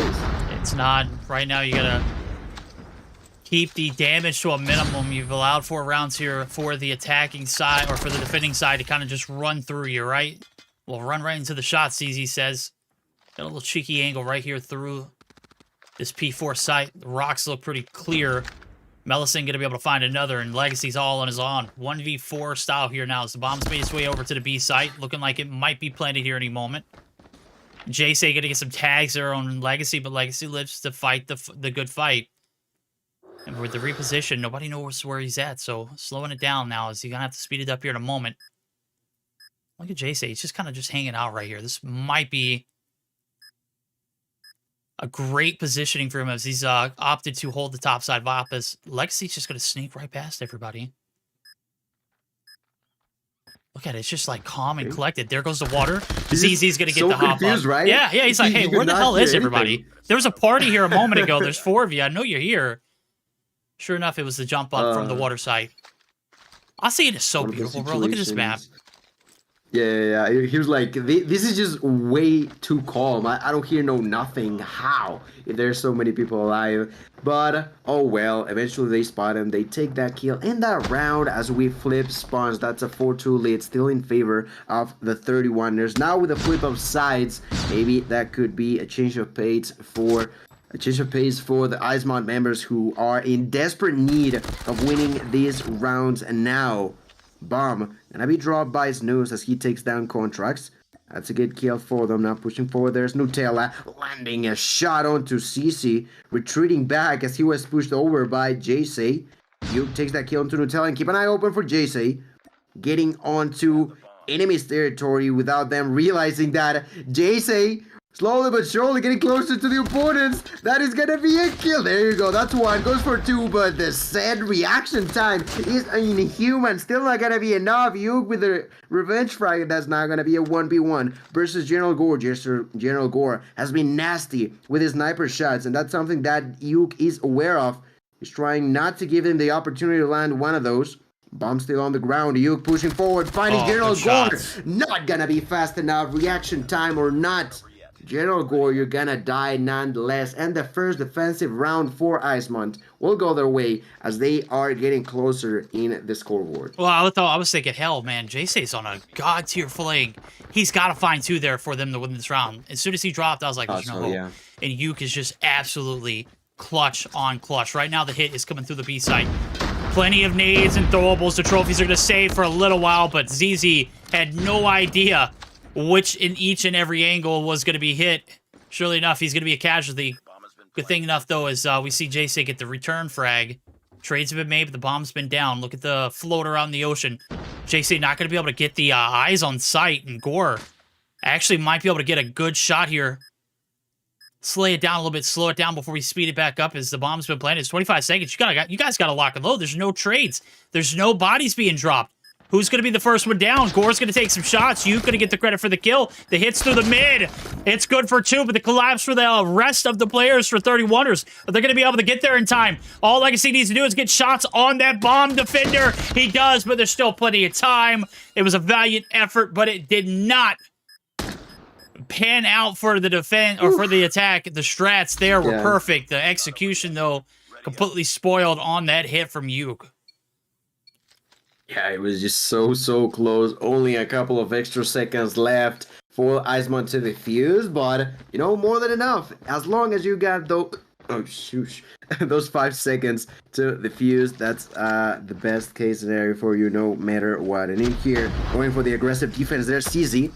Keep an eye open for CC here with the SKS. 3 people in front of him at the same time. And yet again, it is General Gore. Nasty shots to take the first blood. Opening room for that bomb to be planted. That is going to be 45 seconds. JC biting the dust by the power of Nutella. With a lot of aggression. There's Yuk going all the way around. Melosin takes that shot onto Nutella. Yuk takes that kill onto General Gore. That's the 2-for-2 trade now all of a sudden. It's now going to be a 3 versus 3 defending the inside of the bomb. There's Contracts helping out Legacy, but there's the reaction by Snooze. Only 25 seconds left. The timer still ticking. We saw something similar on the last round. Would that be in favor of Icemont yet again? I'm not too sure. There's another more kills being traded. Melon with the double, the clutch, the defusal. My goodness.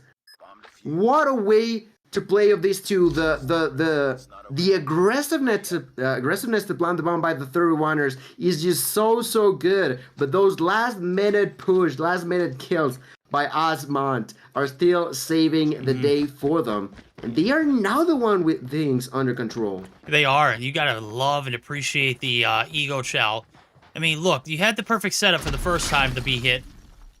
Surely you just have to perfect the craft, and that was an example of them trying to do so. Unfortunate enough for them, it is Icemont who comes through with some icy shots and some great close rounds. Right now, 2 bloods in. ZZ finally able to find something going there on that B hit. The aggression pays off, and 4 players have dropped. We're only 30 seconds in a round. This map is huge. How are we doing this? Nutella, Eaton's, SKS shots. Mellison putting them down for that one. We are...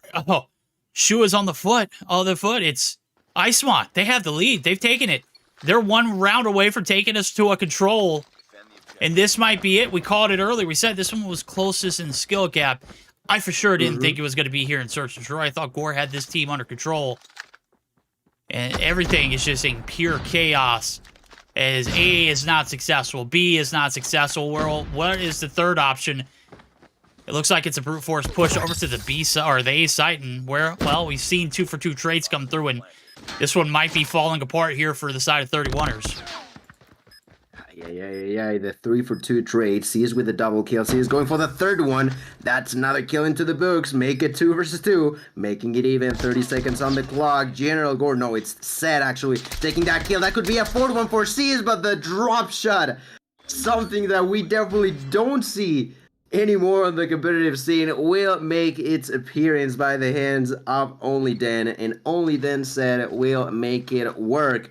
As that's the revenge round for the 31ers. Burdick, let's be reminded, that was 5 rounds in a row going in favor of Icemont. They finally put a stop to it. They gotta make sure they activate the overtime, because in here, it's not gonna be easy, but round number 12, General Gore will find the first blood. The opening room is yet again over there, and JC on a really sneaky spot.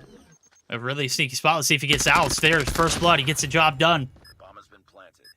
And able to stay alive now. Snooze here for the trades, but he's gonna get outs. The Nutella. 1 shot, he's not going to be able to get away free. It's Yuk, it's JC. Can they close this out, or are we going to overtime? 30 seconds left to go. Plenty of time to make something happen. The first hit is there. Gore's iced out. And the split approach yet again for the defense. Will it pan out? It didn't work the other times around. Zed just played it cool. Look, he's not going to give him much to work with, but the mounting is... The movement's not nerfed. Contracts, the last hope. The defusing. It's the defuse. Ladies and gentlemen, buckle up. We're heading down to slums for some control. This series is not done. The 7-5 win. B was just not it, homie. I don't know how many times they're going to try it. Sure enough, I think it was 4 times. And every time it was just well played. It didn't matter how many numbers advantage they had. 31ers just couldn't lock the fort down, right? I think the only round they didn't plan there is the one they won. Yeah, exactly. Exactly. I mean, come on. Well played there from Iceman. Putting up a fight, putting up some great numbers in the Search and Destroy. Mellison absolutely frying. 13 on board. ZZ, saw you get devastated in the, first few rounds on the defense, getting just picked off that heady, but still managing to pick up 11. What a goat. 6 for Snooze, 11 for Uke, 9 for Jace. A collective effort through and through. And through the trenches, Icemont, first qualifying challenger team to put a map up against an invited team. That is already just speaking volumes to this team's capabilities. Yeah, absolutely. And as you mentioned, team number 3, I gotta say, I was doubtful because of I just felt like it could be something similar to what I mentioned, where some of the players on Icemont's side would pop off while the others would sort of underperform. But the reality is, as I mentioned on game 1, they are all putting in the effort, the good enough effort to be making it super close to one another. On this one, that, like you mentioned, 13 for Milan, there's 11 for both CC and Uke, JC with 9, Snooze with quote-unquote only 6, but also helping both activate the bomb and defuse as well. Just such a good collective effort on the side of Icemont, and that's something that the 31ers gotta keep an eye open. It is not going to be easy, because on the next one, I gotta double check. Yes, Icemont on this control game on slums are going to be on defense verdict. We might get our first surprise of the season in here, as the challengers team has the perfect opportunity to bring in the dub their way against the invited team, the 31ers. There we go. And what's right around the corner is this series is coming down to the wire here in the control.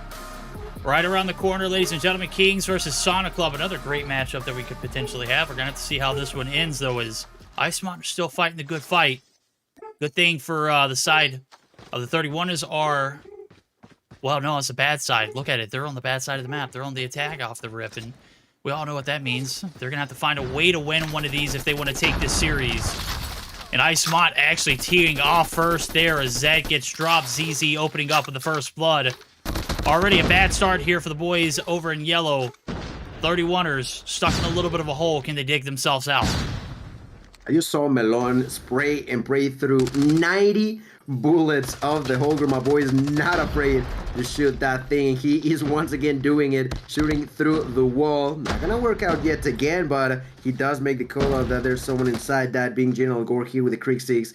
He begins to slide from one way to another. The first take is gonna be taken on the B side for the players of 31ers. As a reminder, B tends to be the objective that it's mostly always taken by the offensive side. That is now no news in here, but what we gotta keep an open eye for is those kills on each side. So far, really close to one another is something not that great for the 31ers, as they will now capture this objective. The only area they have to go in order to control the objective is Alpha. That is a difficult area to get yourself inside as the offensive role. Right now, pushing through the right side there was Zed, but gets spotted by CZ. CC putting up a defense so far with the Holger. Like I mentioned, plenty of Holgers used in this game. Plenty of kills taken all across the board. But in here, Verdict, with the slight advantage of kills going in favor of Icemont. Jesus Christ, I struggled to say their name. This is going to be really bad for the 31ers. It is going to be really bad for the 31ers. Why? Because B's captured. He did some great work on it. But the hard work is, surely getting to this A side. If it's, not getting through the massive amount of head glitches that the defense has available to them, it's staying out of a spawn trap. I mean, right now, Icemont are playing it very conservative, and that's exactly what you like to see. But those kills coming through for Legacy could absolutely open up the floodgates. Whereas the casualties out on the flip side of things, it does not look like anybody is going to be able to transition into this objective, which could be a problem now. 9 lives left. Got to play it a little slower than this. You got 30 seconds. Don't have much time to work with either. So, attack might be dead in the water as this push try to get something going. Legacy is still alive with 3 in the combo, and He's done everything he can to just peel back anybody who is playing those headies. It finds an opening there, slips through the cracks, gets the secondary picked up, but it's Yuke. Right there, the defense shutting down this push, but there's still 2 players alive. Anything can go here. 19 seconds left to go. Lives are actually starting to drop there for Icemont. If a contract still in a prime position, he might be able to get this tick of progress in the slow clock. Could be trying to survive. No, they took him out. Yuke with a double kill. Yuke yet again making it rain. Only 2 lives left. 10 seconds remaining here. They're trying to push forward. They're trying to make it happen, but it's just so difficult. JC with a kill. Nutella with a double. Nutella looking to find a triple, but JC will say no. With not 1 but 2 kills right there at the end. The first defensive round going in their way. That is the 1-0 lead going in favor of Icemont. Ladies and gentlemen, a difficult situation, as I mentioned for the 31ers, where they gotta secure their defense, but they also gotta make sure they win at least 1 offensive round as well.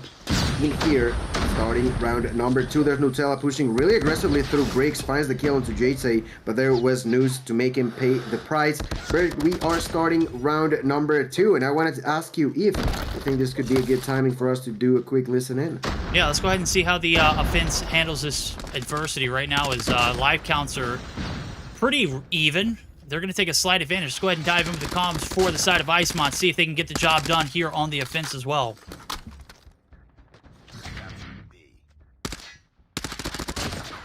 Stay blue van, Reese. Give me 1 more blue van. Going mid. Play slow. They're panicking. They're playing good. They're coming. We got this, guys. They're inside. Con 1. Guys, let me play OBJ. One bricks. Play. 2 in. Purify. We're using... It's okay. Be careful. Don't push. He's clearing. He's nice. Good shit. Two more. 1 bricks. Dead one. Dead bricks. One more is outside. It's behind the car. He's dead. One more. Get in. It's a cloud. They're using Alvarez. On mid. Use operators if you have to. If not, wait for them. Okay, now we're playing. Don't die. 2 killers. Come out. All right, key callouts there. I love the fact that they're calling out the operators being used. So why is that so big? Because they know they have the advantage of being on the defense to start these rounds off. And if it does go to that round 5, you're going to have to burn all of your operators to get an offensive win. Well, the pockets are deep here for the side of Icemont. They have yet to burn one. In the life count, only about 3 lives down. They could certainly make something happen with a minute left on the clock, Gil. So plenty of time. Problem is that they just lost 4 in a row completely out of the blue. That was just really bad for the time being on the side of Icemont. But let's see, CC finding that kill, looking for the double. Not gonna be the case. No more lives to spare, which means no more respawns. You're pushing forward there with the CVR, gonna find 1. With the CVR, gonna try to find 2. Not gonna be possible. They're pushing from behind. There's no more spawns. There's only 3 players left. There's gonna be a 3 versus 9 through the wall. Melon with the kill. Melon turning around. He felt like there was someone behind, but he was right. They were on both sides. News on his own. That's gonna be a 1v everyone in here. For some reason I begin to lag, but that's still gonna be a kill. Force News still alive, trying to push forward onto contracts. I am lagging, I'm sorry. Oh, that's okay. That's quite all right. Right now, What happened? it'll just tell you a story about how difficult it can be going into an offensive round. We looked at JC at the end of the round. He had 13 kills, only managed to pick up 4 on the attack. It can be devastating, and obviously one of these teams are going to win. With the defense being held by the team that started off on the defense, it's Icemont. They hold the upper hand. Will they be able to maintain it, though? As right now, the second round of the attack here for the side of 31ers. Let's go ahead and dive in and see how the comms sound now. What was utilized? What was used? What can we do here in this next attacking round to make a difference? We'll dive in to see how the comms sound. Nice. Links. Gut. Langsam wieder Beyond Control. Ich hab eure Bricks. Kontrakt, halte Bricks. Ich hab eure Garten. Info an A. Einer in A rein. Links. Links A. Links pusht euch. Jetzt. Ich bin in A. Cap. Sitze ist auf Einer Garten dead. Ich habe eure Bricks jetzt. Fokus on B, Leute. Lass mal reingehen. Nein, einer Kontras an A. Got him. Yeah, got him. Fuck him all dead. Schön sein. Einer Garten kommt zu euch, Blue. Ich habe eure Bricks vom Garten. What is that? Nice. Blue, Zero. Einer Mitte, P1. Wieder auf A, wieder auf B. Ich Flashbang. Nice. All right, you hear call-outs. It's frustrating. Obviously, we've got operators used by both teams. We had a Sparrow burn, we had a Claw burn, we had a Vortex burned for the side of Icemont. But on the flip side, we had General Gore pick up. Man, don't tell me my game just crashed, dude. This is big Sag. Did it really? Yeah. All right, well, fellas, this is an 18-14. The kill lead is still in favor of the defenders over an Icemont, picking out kills little by little. As per usual, Melon with that. Holger continues to be spraying through those walls with the Holger. He's not afraid to shoot with it. He is always so trigger happy with it. This now is gonna end with a 14-11, still in favor of Icemont, trying to put up a defense. It is gonna be a little bit of a struggle, but still maintaining composure. JC just out of nowhere taking a 3-piece. Now going for the 4th one. Outstanding job for JC. I said slight advantage in lives in favor of Icemont. I don't know where that is going to be 14 to only 5 as JC continues to wreck through enemy's life as he was a hot knife through butter, almost getting a double kill over there. Unfortunately for him, that was just not the case, but the timer is way too low. Verdict. This is seemingly going to be yet another round for what is the defensive team in action. Yeah, 3 players left standing. Legacy's one of them. As I spawned in, he is right there. He wins a massive gunfight, make it to the 3-piece to close out the round.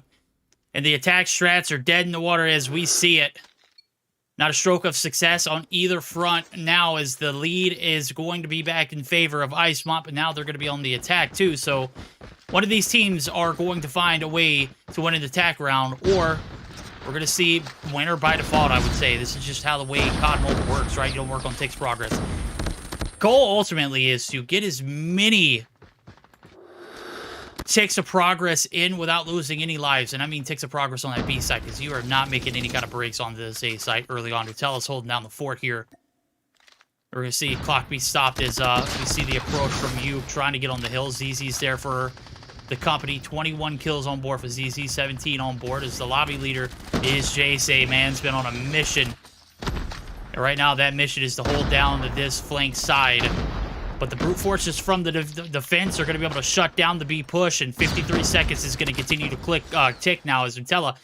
Kind of question it, man. I know you want to use these operators, and I know you want to win these rounds on defense, but there's no way that you're burning operators knowing that you got to go into a 5th round of attack. Yeah, I gotta absolutely agree with you. He burns through it, definitely gets quite a few kills, but it doesn't feel like it's just... And now the lives are completely tied up. Yeah, there's only 30 seconds left. But let's see for how long they can defend the blue house now through the wall. There's a Legacy shooting with this Holger, this mythic diamond Holger now shooting onto the opponent. There's 2 of them. Somehow didn't realize that someone still no way. You come on now, man. We've been praising you so far today, and you're gonna do that? Yeah, what was bro. that about, Verdict? Man, I've been there and done that. It's like, hey, I shot the opponent so many times I thought he was dead. Wrong. It's just not how it works. You got to continue to shoot. And even shoot when he's on the ground, right? I mean, body shots are always encouraged here at Mobile Mayhem. Obviously, I'm capping. I mean, we see it, we enjoy it, but let's be real. That's a moment where the aggressor just did not finish the job and just continue to move on. Very unfortunate setting, but right now it's going to give 4 seconds on the clock now as we do see things starting to turn a little bit in favor of Icemont. Life count now is completely dead even.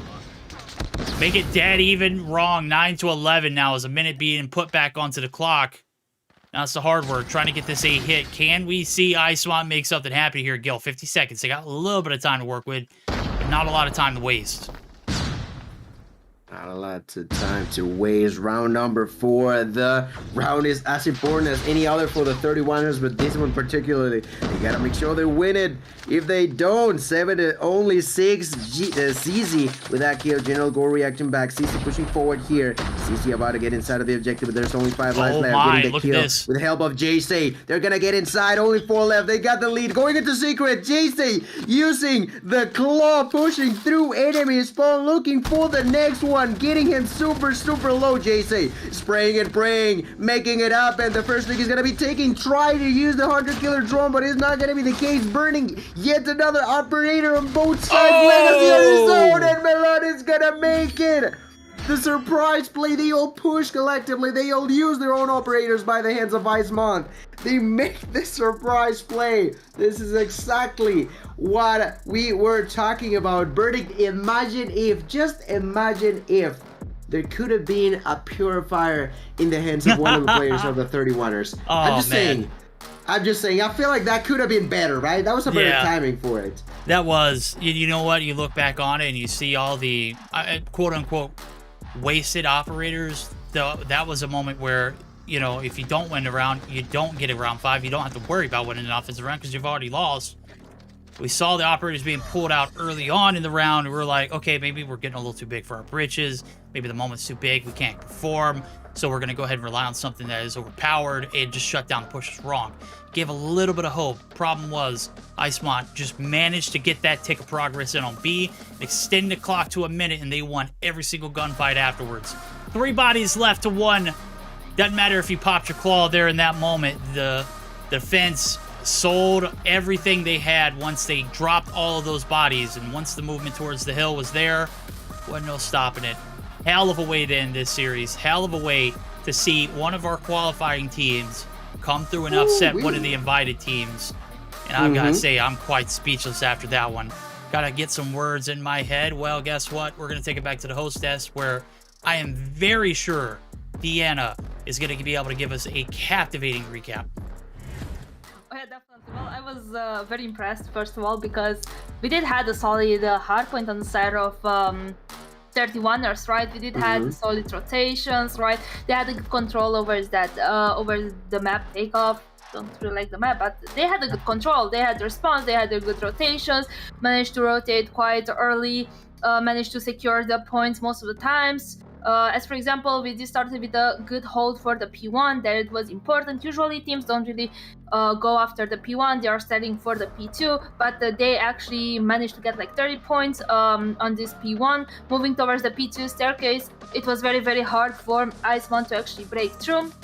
The P3 spawns were in favor of Icemont, getting the points a little bit closer. At that point, I was like, maybe we're gonna have a closer game. We did have a good hard point right at the end, but the first set of kills started with a good lead on 31ers and ended with a lead for Icemont, because I think at the P1 reset, Icemont actually was in a lead, right?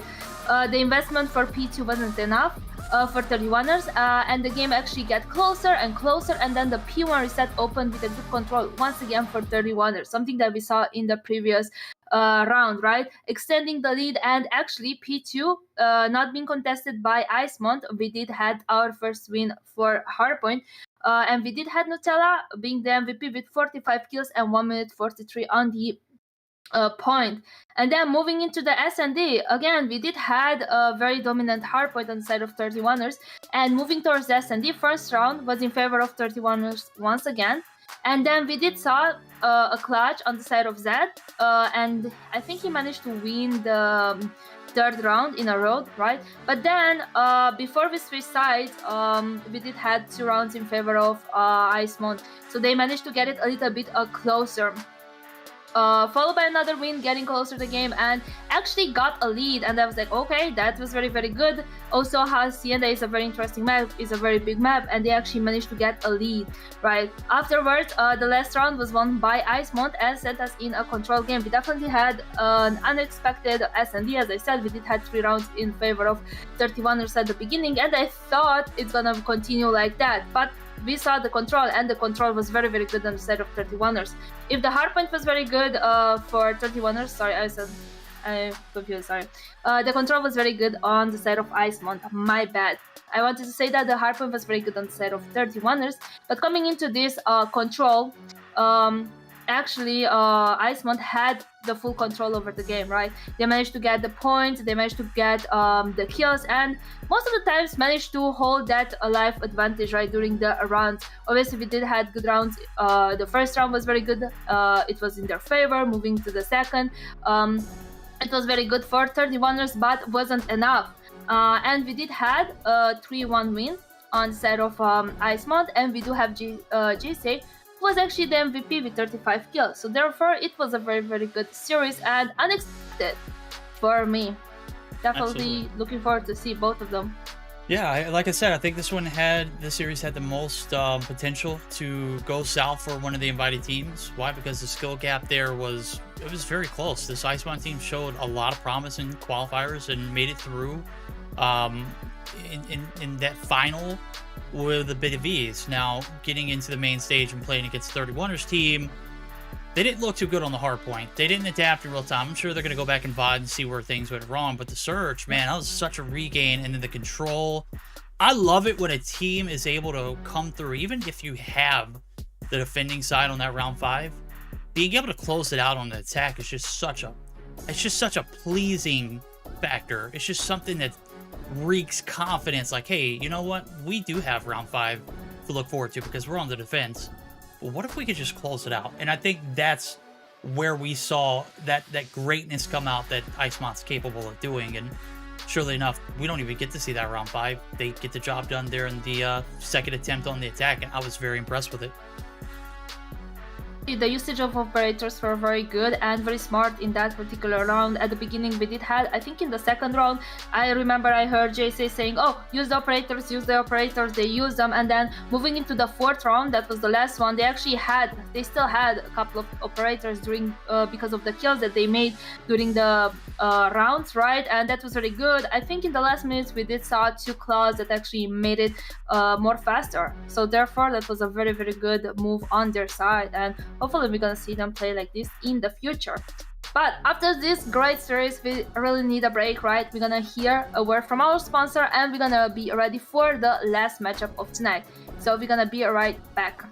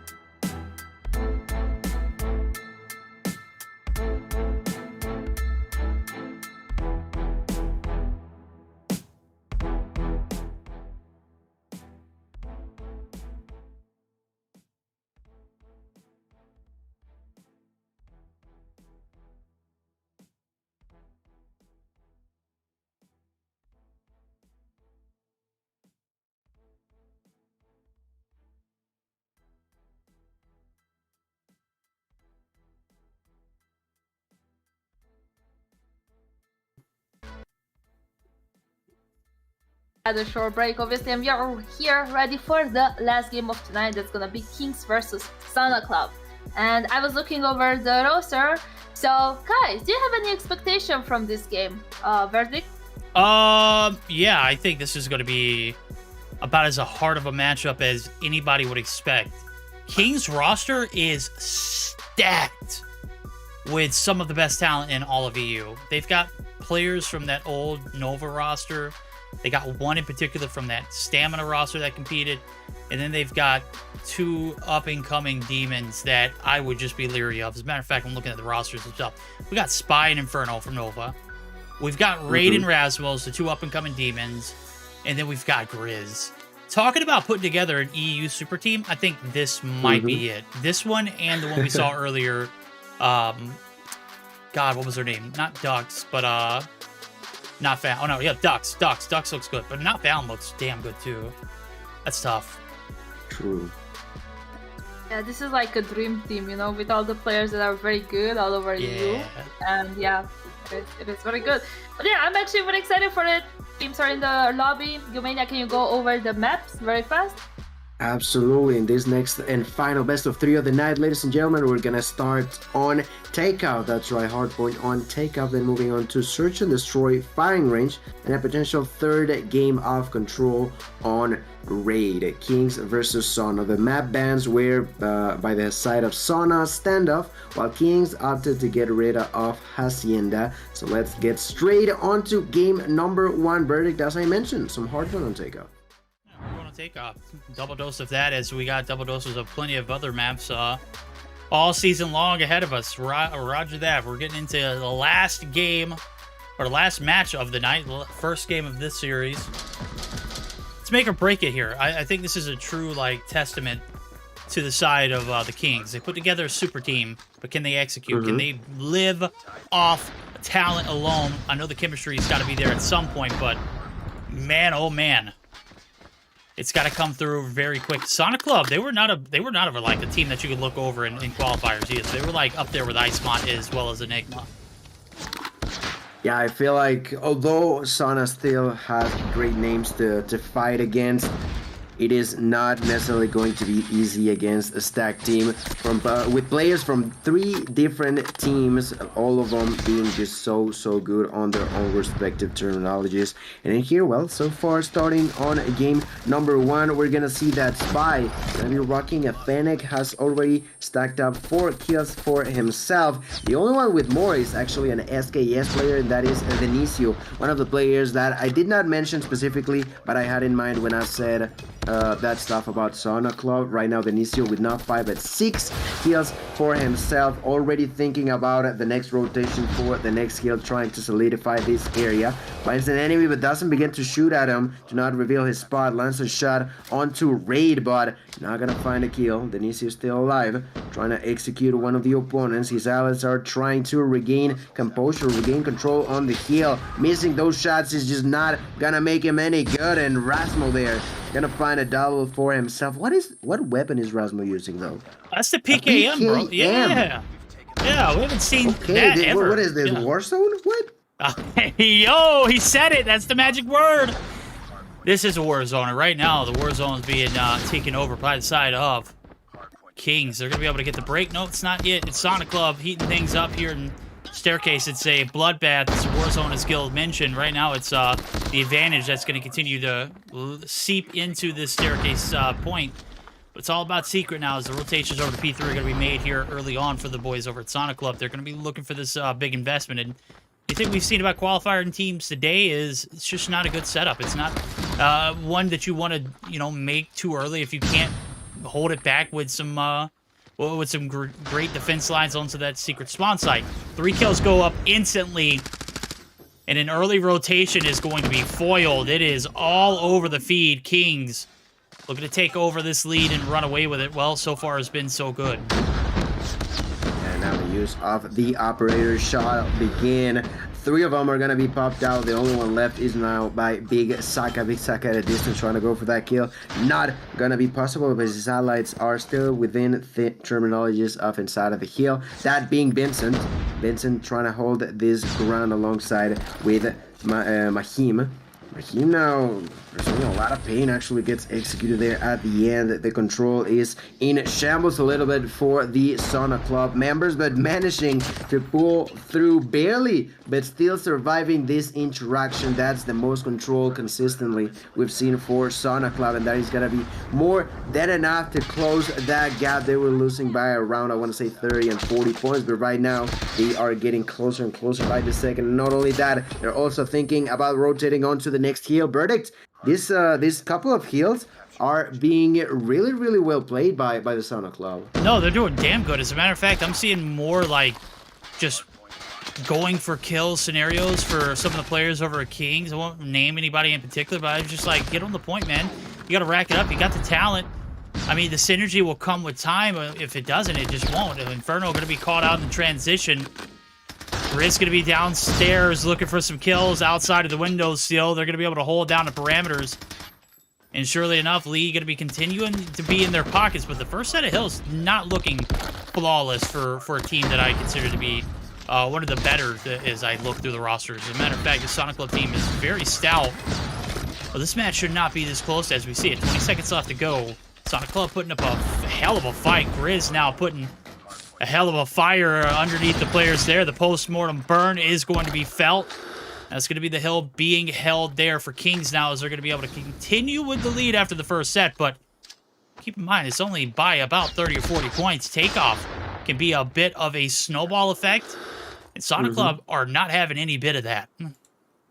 Yeah, definitely not as wide open as we thought it could be right now. The Sauna Club members are doing a great job at not falling too far behind. In here, we're going back onto P1 reset. Inside of it, there was Vincent, but gets spotted by Riz. Riz and Raid cleaning up that area. No one actually pushing inside on the side of Kings, and they lose that opportunity. Yes, they got plenty of kills, but they didn't really held the control on the inside of the field. Finally, and making sure that's not the case, using not only the operators but also the score streaks. That 100 kill drone gonna help them clear the path. 120 or so points to 75. The point that tends to be the hardest to defend here on Takeoff is the one that finally brings a bigger gap in favor of Kings in here. Inside of it, there's still Grease, who is killing it. Let's keep an eye open for him because he is completely stacked when it comes down to utilities, and he's going to begin to use them. That Pred missile going to land on Fahim, and that is going to be a clean path for the Kings to start on to point number 2. Yeah, Kings, give them the crown. They are stepping up and they are showing out. Talents are there. There goes the EMP. It's just for, you know, maybe just for the effect of seeing the EMP pop, because it's not really something that is being used here in the metas. Grizz is still skating around the map. The gung-ho, the BP Bison just absolutely looking crazy. Combine that with a, oh my god, a Purifier. I don't know how Zaka stayed alive. He still won, but managed to take down the big man himself. Unfortunate timing for him as he hops around the corner, and there's Inferno, or there's Ray, there's a plethora of Kings out there who are ready to take the throne. So, with that being said, P2's about halfway through. Let's go ahead and get ready for a listen-in. It's a little bit of a lopsided affair after that first set of hills. Let's hear how the comps sound for Kings now as they're going to get this P3 setup over towards the secret site. 3, 4 P2, 4 P2. Let me play point, I'll get point. Yeah. I'm going red. I flashed myself. Just one shot. 1 P2, all of them P1. They got P1. Yeah. P1, dead. Launch. Balcony, bottom balcony. Launch dead. They're coming back, behind you. What's up, balcony. They spawn magic. Go top. I'm holding. I'll get back, P1 dead. Oh my god. Medic. Launch dead. PK mobile. Balcony dead. Two medic. Two going from Bev spawn. They're going down. Last one limits on points. I'm watching bottom back. Balcony, escape. Magic dead. Balcony dead. Too much on the balcony. Fucking pussy balcony. Balcony, one shot, right, one shot. Medic behind you. One medic. What the fuck? Nice. 2 more. P5 points dead. 1 more point. One balcony. One balcony. Got magic as well. Medic. All right, there. I love it. It's like we're trying to figure out as we go, right? We get into the comms, and you can hear there's still a little bit of uncertainty about what roles need to be figured out. Grizz takes the opportunity to go ahead and let his voice be heard. Like, hey, let me play Hill, and I love to see it now as we see the rotations through the P4 sites. direct connection from P3. Denisio's the last one alive. He's going to get ousted. And, well, I said it's a snowball effect. That first set of hills was a trial and tribulation, but the second set of hills was just an absolute massacre kill. This one looks like it is unobtainable for Sonic Club to make the comeback. Yeah, after fighting so brave for those heals, as you mentioned, they are falling further and further behind now with the use of the Sparrow by Raid. He's gonna try to defend the push from the opponents. There's two getting inside. Finds the first blood, has a couple of utilities to pop off if he feels like it. No, not gonna be doable. The Purifier is gonna be wasted as well, but the control is still under the hands of the Kings. It took them a minute to start throwing all that coal onto the machine, but now it's running just so smooth in their favor. This is not going to be the last point, pretty much, because it's just barely missing a few extra seconds that they are indeed of. But ladies and gentlemen, this is looking more and more in favor of what we mentioned is one of the most stacked teams so far this season, that being the Kings. 244 on to 109. This should be over with on the P1 reset here. Yeah, P1 reset third time around.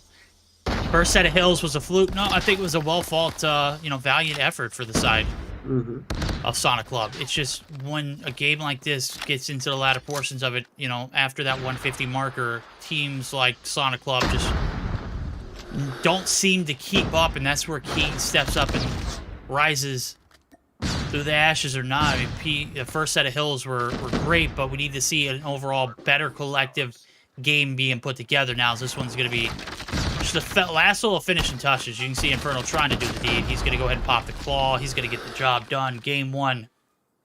No question about it. Kings are here to play. They are here to win. They're going to take the crown and the throne and everything around the kingdoms. As game one victory was, I mean, just after that first set of hills, it was almost guaranteed. Guaranteed indeed. And that's the end of game number one. I want to look at the stats specifically of all these players, because like you mentioned, there was a valiant effort on the hands of Sonic Club. They did really good at the beginning. They could not step it up at the end, but looking at those numbers, there's Denisio with 38 to 25. There's Saka 35 to 29.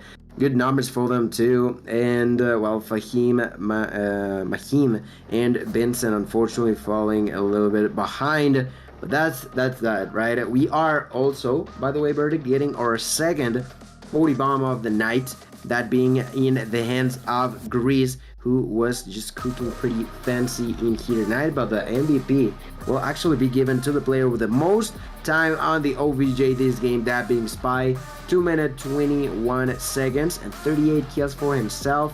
Boy was cooking on this hard one. Boy was cooking, man. I gotta say it. Grizz had a slow start. I think he had just a little bit of a loadout issue. He wanted to use the KRM. He's like, hey, I could probably make it work on some of these objectives, but those transitions are rough. Especially when you're running around with something that is up close and personal, and this map is huge and vast opportunities to get picked off making those transitions. So, started to see him use the Bison. It's Old Faithful, man. It's, I don't know if you can name a better combo. Gonko and Bison and Grizz. It's just picture perfect, right? It's like the Mona Lisa of COD Mobile, right? I don't think I've seen anybody skate on the map like he does when he's running Gonko. Man, he just makes it look so good. Right now, is Kings have made it look good in map number one. Sonic Club put up a hell of a fight. Second set of hills, not so much. We're going to see if they can get the better of this team that is beastly. Kings, it's a name, but it is also fitting to the play style as well. We'll see if they can close out into a fashion, or if we're going to see a little bit of a fight back. This is the day of reckoning for these challengers teams, right? This is a true test. Are you here to play against the best of the best and win, or are we going to, get some of what we expect, which is, exactly what that second set of hills was a blowout.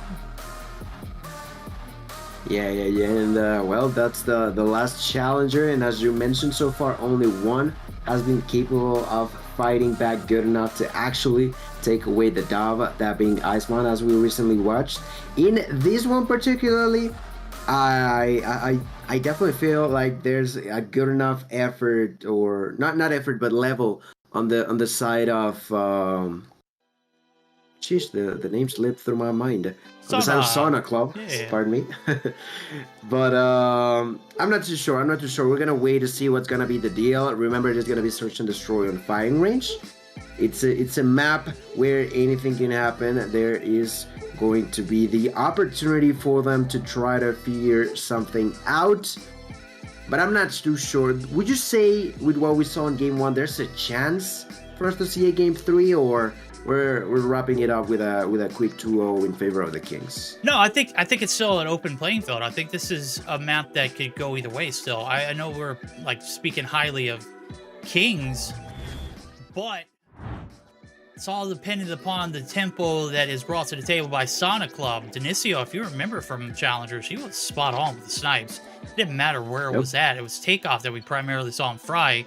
Now this is a little bit more of a map that's catered specifically to long-range encounters and first picks that could play in favor of the Sauna Club. They're going to be on the defense for the first 6 rounds, so they don't necessarily have to have the pressure of performing towards the objective off the rip, and they can sit back and kind of dictate how everything going. But with Grizz doing what he does and what he does best is finding those first bloods and those entries here on the B site.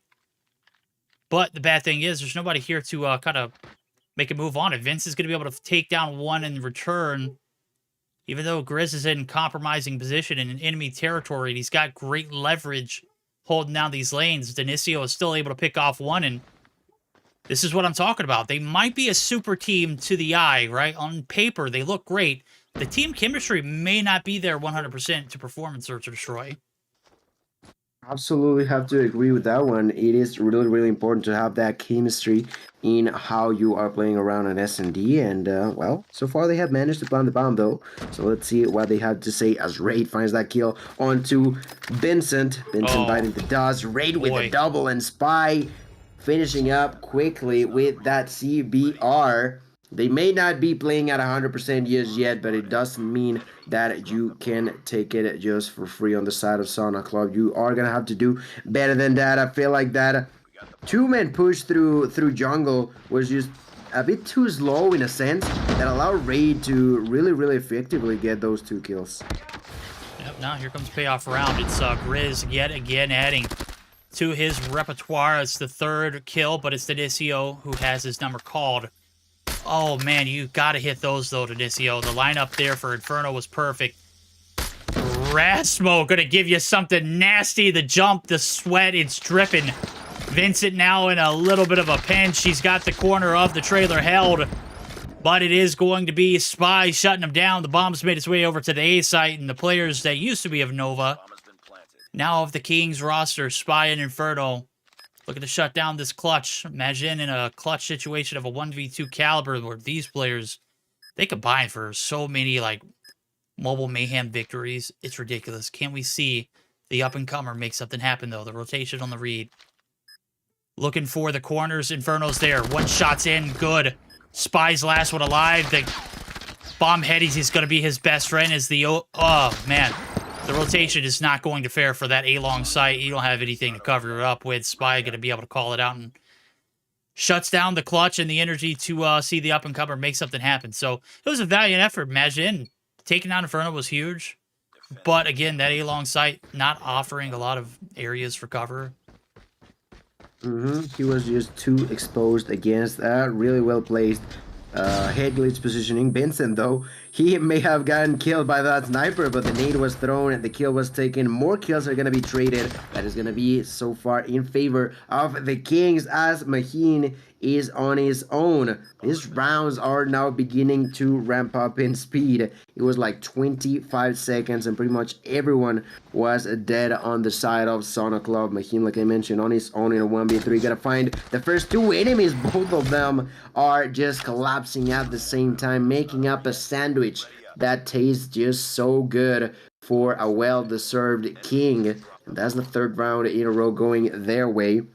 Doing an outstanding job, a collective effort. Maybe it's not necessarily as clean of a round as they could be playing, but they're still taking those points nonetheless. Yeah, they are. It's all that matters. Look at the scoreboard at the end of the game. Who's the victor? Right now it's 3 rounds in a row. Flawless games played so far from Kings, but this one's looking like it might be a switch up Spy Inferno, the last two alive is. Inferno's able to find one. That's the opener. Make it a little bit more doable, but the reposition's not there, and look who's creeping around the corner. It is going to be Vincent. Able to shut down the push. Spy last alive in a 1v4 scenario. Does have the bomb in his hand and plenty of time to play with, but what is his decision?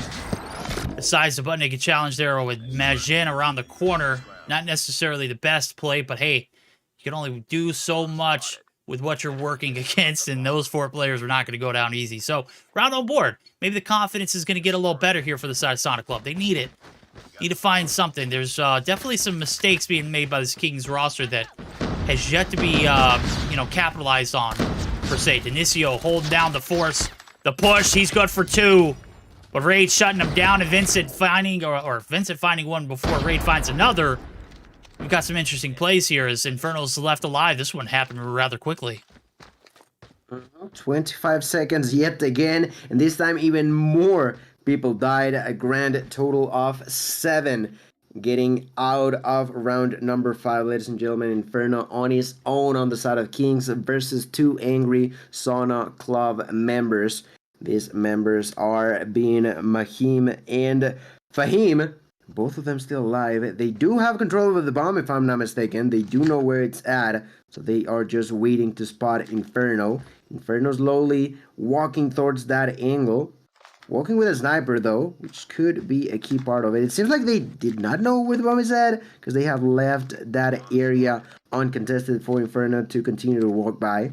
50 seconds on the clock, and with this DLQ in hand, he is trying to get inside of the trailer. No one home. He's checking left to right. No one to check in here. Maybe through the wall. Maybe I could go for a wall bang. But if I do, that would also mean that they know where I'm at. And if he's not there, I could pay the price. Bomb is going to be taken. 30 seconds on the clock. Inferno. Oh, maybe they did know where the bomb was at. They began to push forward. Okay. Whew, okay. It's a trap. He left it uncontested. Look, as soon as you said that, I was like, bro, this is a trap. They know exactly what they're doing. They're positioning themselves not directly on the site, but rather around the area. Guess what? Inferno was kind of anticipating it, too. He's like, hey, you know what? It's been too quiet around here. These guys aren't, like, hard camping the bomb, but they're certainly within the vicinity. And surely he takes down one before he goes down. But right now, the gap's being bridged. Grizz opening off first blood, up close and personal.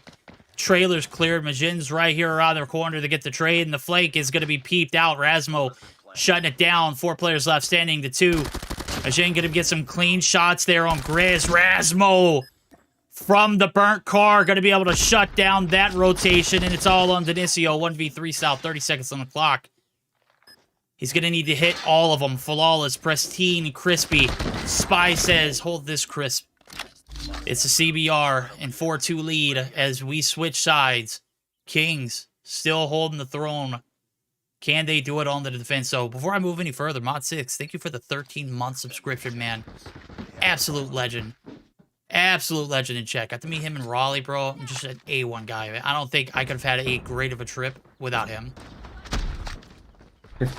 Well, there is that. More aggression over A-Long. Raid and Rasmo both with a kill each. The 2-for-1 trade about to unfold. Still pushing forward onto A-Long. They want to plant the bomb right now. They gotta be cautious. A good tactical nade is gonna be tremendous. Greasy Grease with a double shotgun kill. Oh my goodness, making it look easy. I'm telling you, man, that tactical nade, I don't know who threw it, but was just so perfect to make that round going in favor of Kings. They are getting closer and closer, dangerously close to clutching it up with an overall series of 2-0 their way. There goes the wallbang. I was waiting for it. This map is notorious for it, surely enough. It goes. With a shotgun, if it's not Rasmo getting the snipe, it's Grizz sniping with that BY. Right. That should be illegal. This man should not be allowed to use the BY in competitive play. It's just unfair. Ah, they're feeling themselves, Birdie. Yeah, they are. Look at it. This is like the childhood blooming. They're starting to take off, run full sprint. They're in adulthood now, and this game is just like the takeoff hardpoint. First half they had them right. It was a close one. It was neck and neck. We get into that stride of getting into the second. We flip sides. I don't think Kings is unstoppable here. Well, we are about to find out. Grease yet again pushing forward with the shotgun. I want to keep an eye open for this man pushing through A-long. The call has been made. They're all over on jungle. You gotta be fast. You gotta be quick. Vincent getting a kill. Mayhem doing so as well. They do not, though, have control over the bomb. Grease missing a shot. Grease, Potato.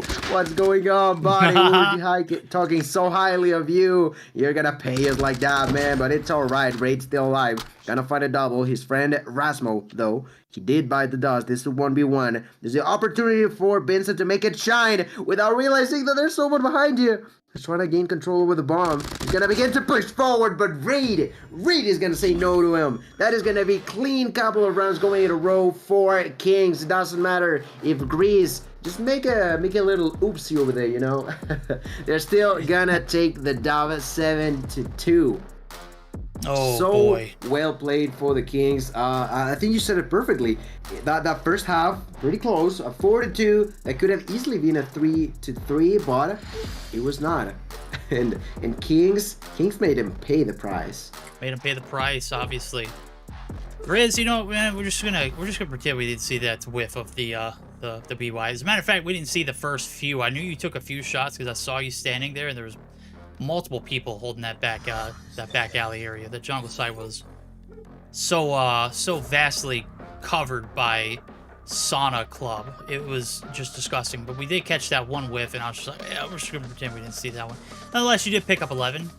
12 on board for Raid, as he is going to be the MVP of this one. Spy, your objective player, 4 plants. Absolutely clutch. 11 for Grizz, Rasmo, 6, Inferno.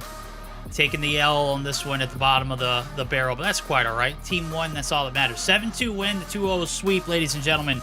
That's going to conclude all the matches for the day, but before we end the stream, we're going to take it back to the hostess, Vienna. That is just an absolutely gracious smile. How happy are you to see this team come through and perform the way that they did? I'm very happy seeing all the teams here, obviously. Every single time I'm very excited, and not seeing Kings in this roster, you know, like not seeing them playing in this roster, I was very excited to see them now, and I knew that they're gonna perform good because all of the players in their team are very, very talented, and we did saw them in prior seasons in Mobile Mayhem, so I kind of knew what to expect. Obviously, this looked like the second game that we had tonight, you know, in the second matchup. It was quite fast. But kind of the hardpoint was a little bit more closer than the previous game. But we did had a good and kind of fast, I could say, hardpoint. We did started with a good P1 and P2 for both teams, right? They both tried to keep it close, but then the rotation to P3 was in favor of Kings, extending their lead actually.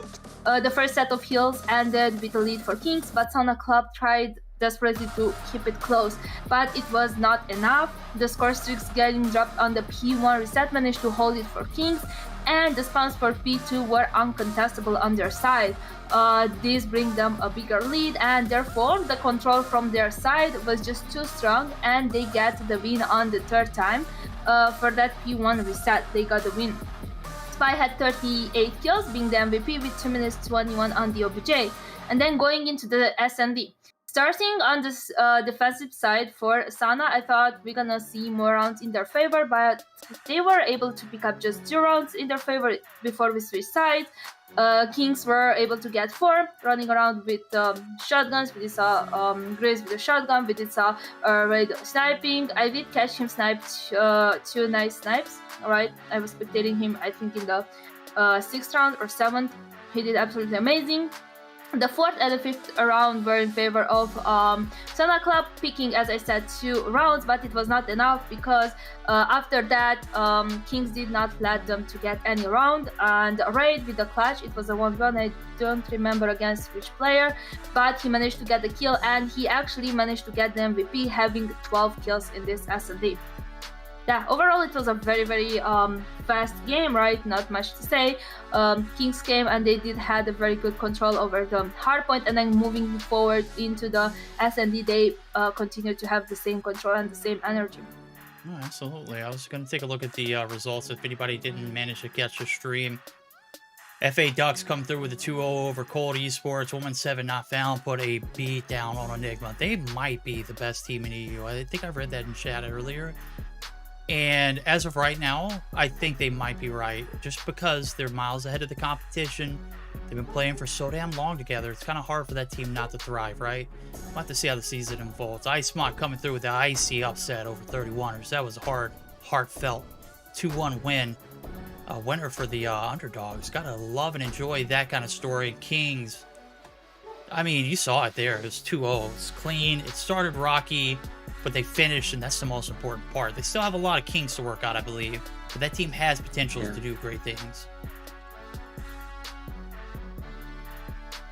We're talking about the results. Yumenia, can you go over the standings? Sure, yeah, absolutely, because we've only had 4 matches tonight. Well, there's only 8 teams that actually have those, and on top of the top we have 3, a triple tie for 117 FA Dogs and Kings, all of them with 20 points. A clean 2-0 victory for all of them, as you mentioned. Well, also IceMont with 15, as they, well, dropped 1 game against the 31ers, and, well, the 31ers managed to take away 5 out of that. Then, well, we have other 5 teams that have either not played yet or, well, were unable to take away a map away from the opponents, that being Animus, Cold, Enigma, Sonic Club, and Team Mobility. So those are the standings, at least so far, as we are almost, well, actually pretty much done with game number 1 of regular season. Very exciting first day of the regular season. I really did enjoy all of the games. We did have very fast games. We did have games who went towards the 3rd game, right? We did have the 3rd one, I think, yes. And overall, I'm very excited to see some of the new teams playing, right, with their roster. And so I'm actually definitely very I am actually looking forward for the next weeks. So yeah, if you have anything to add, Vertic? Yeah, if you're interested in seeing more Mobile Mayhem, there will be on this exact channel tonight another run for NA. So it'll be starting around 8 p.m. Eastern time. I'm not sure what the schedule is. I haven't taken a look at it. I'm not that well prepared, but I'm sure I'll figure it out before then. And I believe Gilmania is going to be there with me as well. So it should be a hell of a show. We're going to have Hitman hosting. Make sure you drop both of these absolutely talented host casters / talent / the absolute bestest, Rivertown Buddy and Sexy Jesus.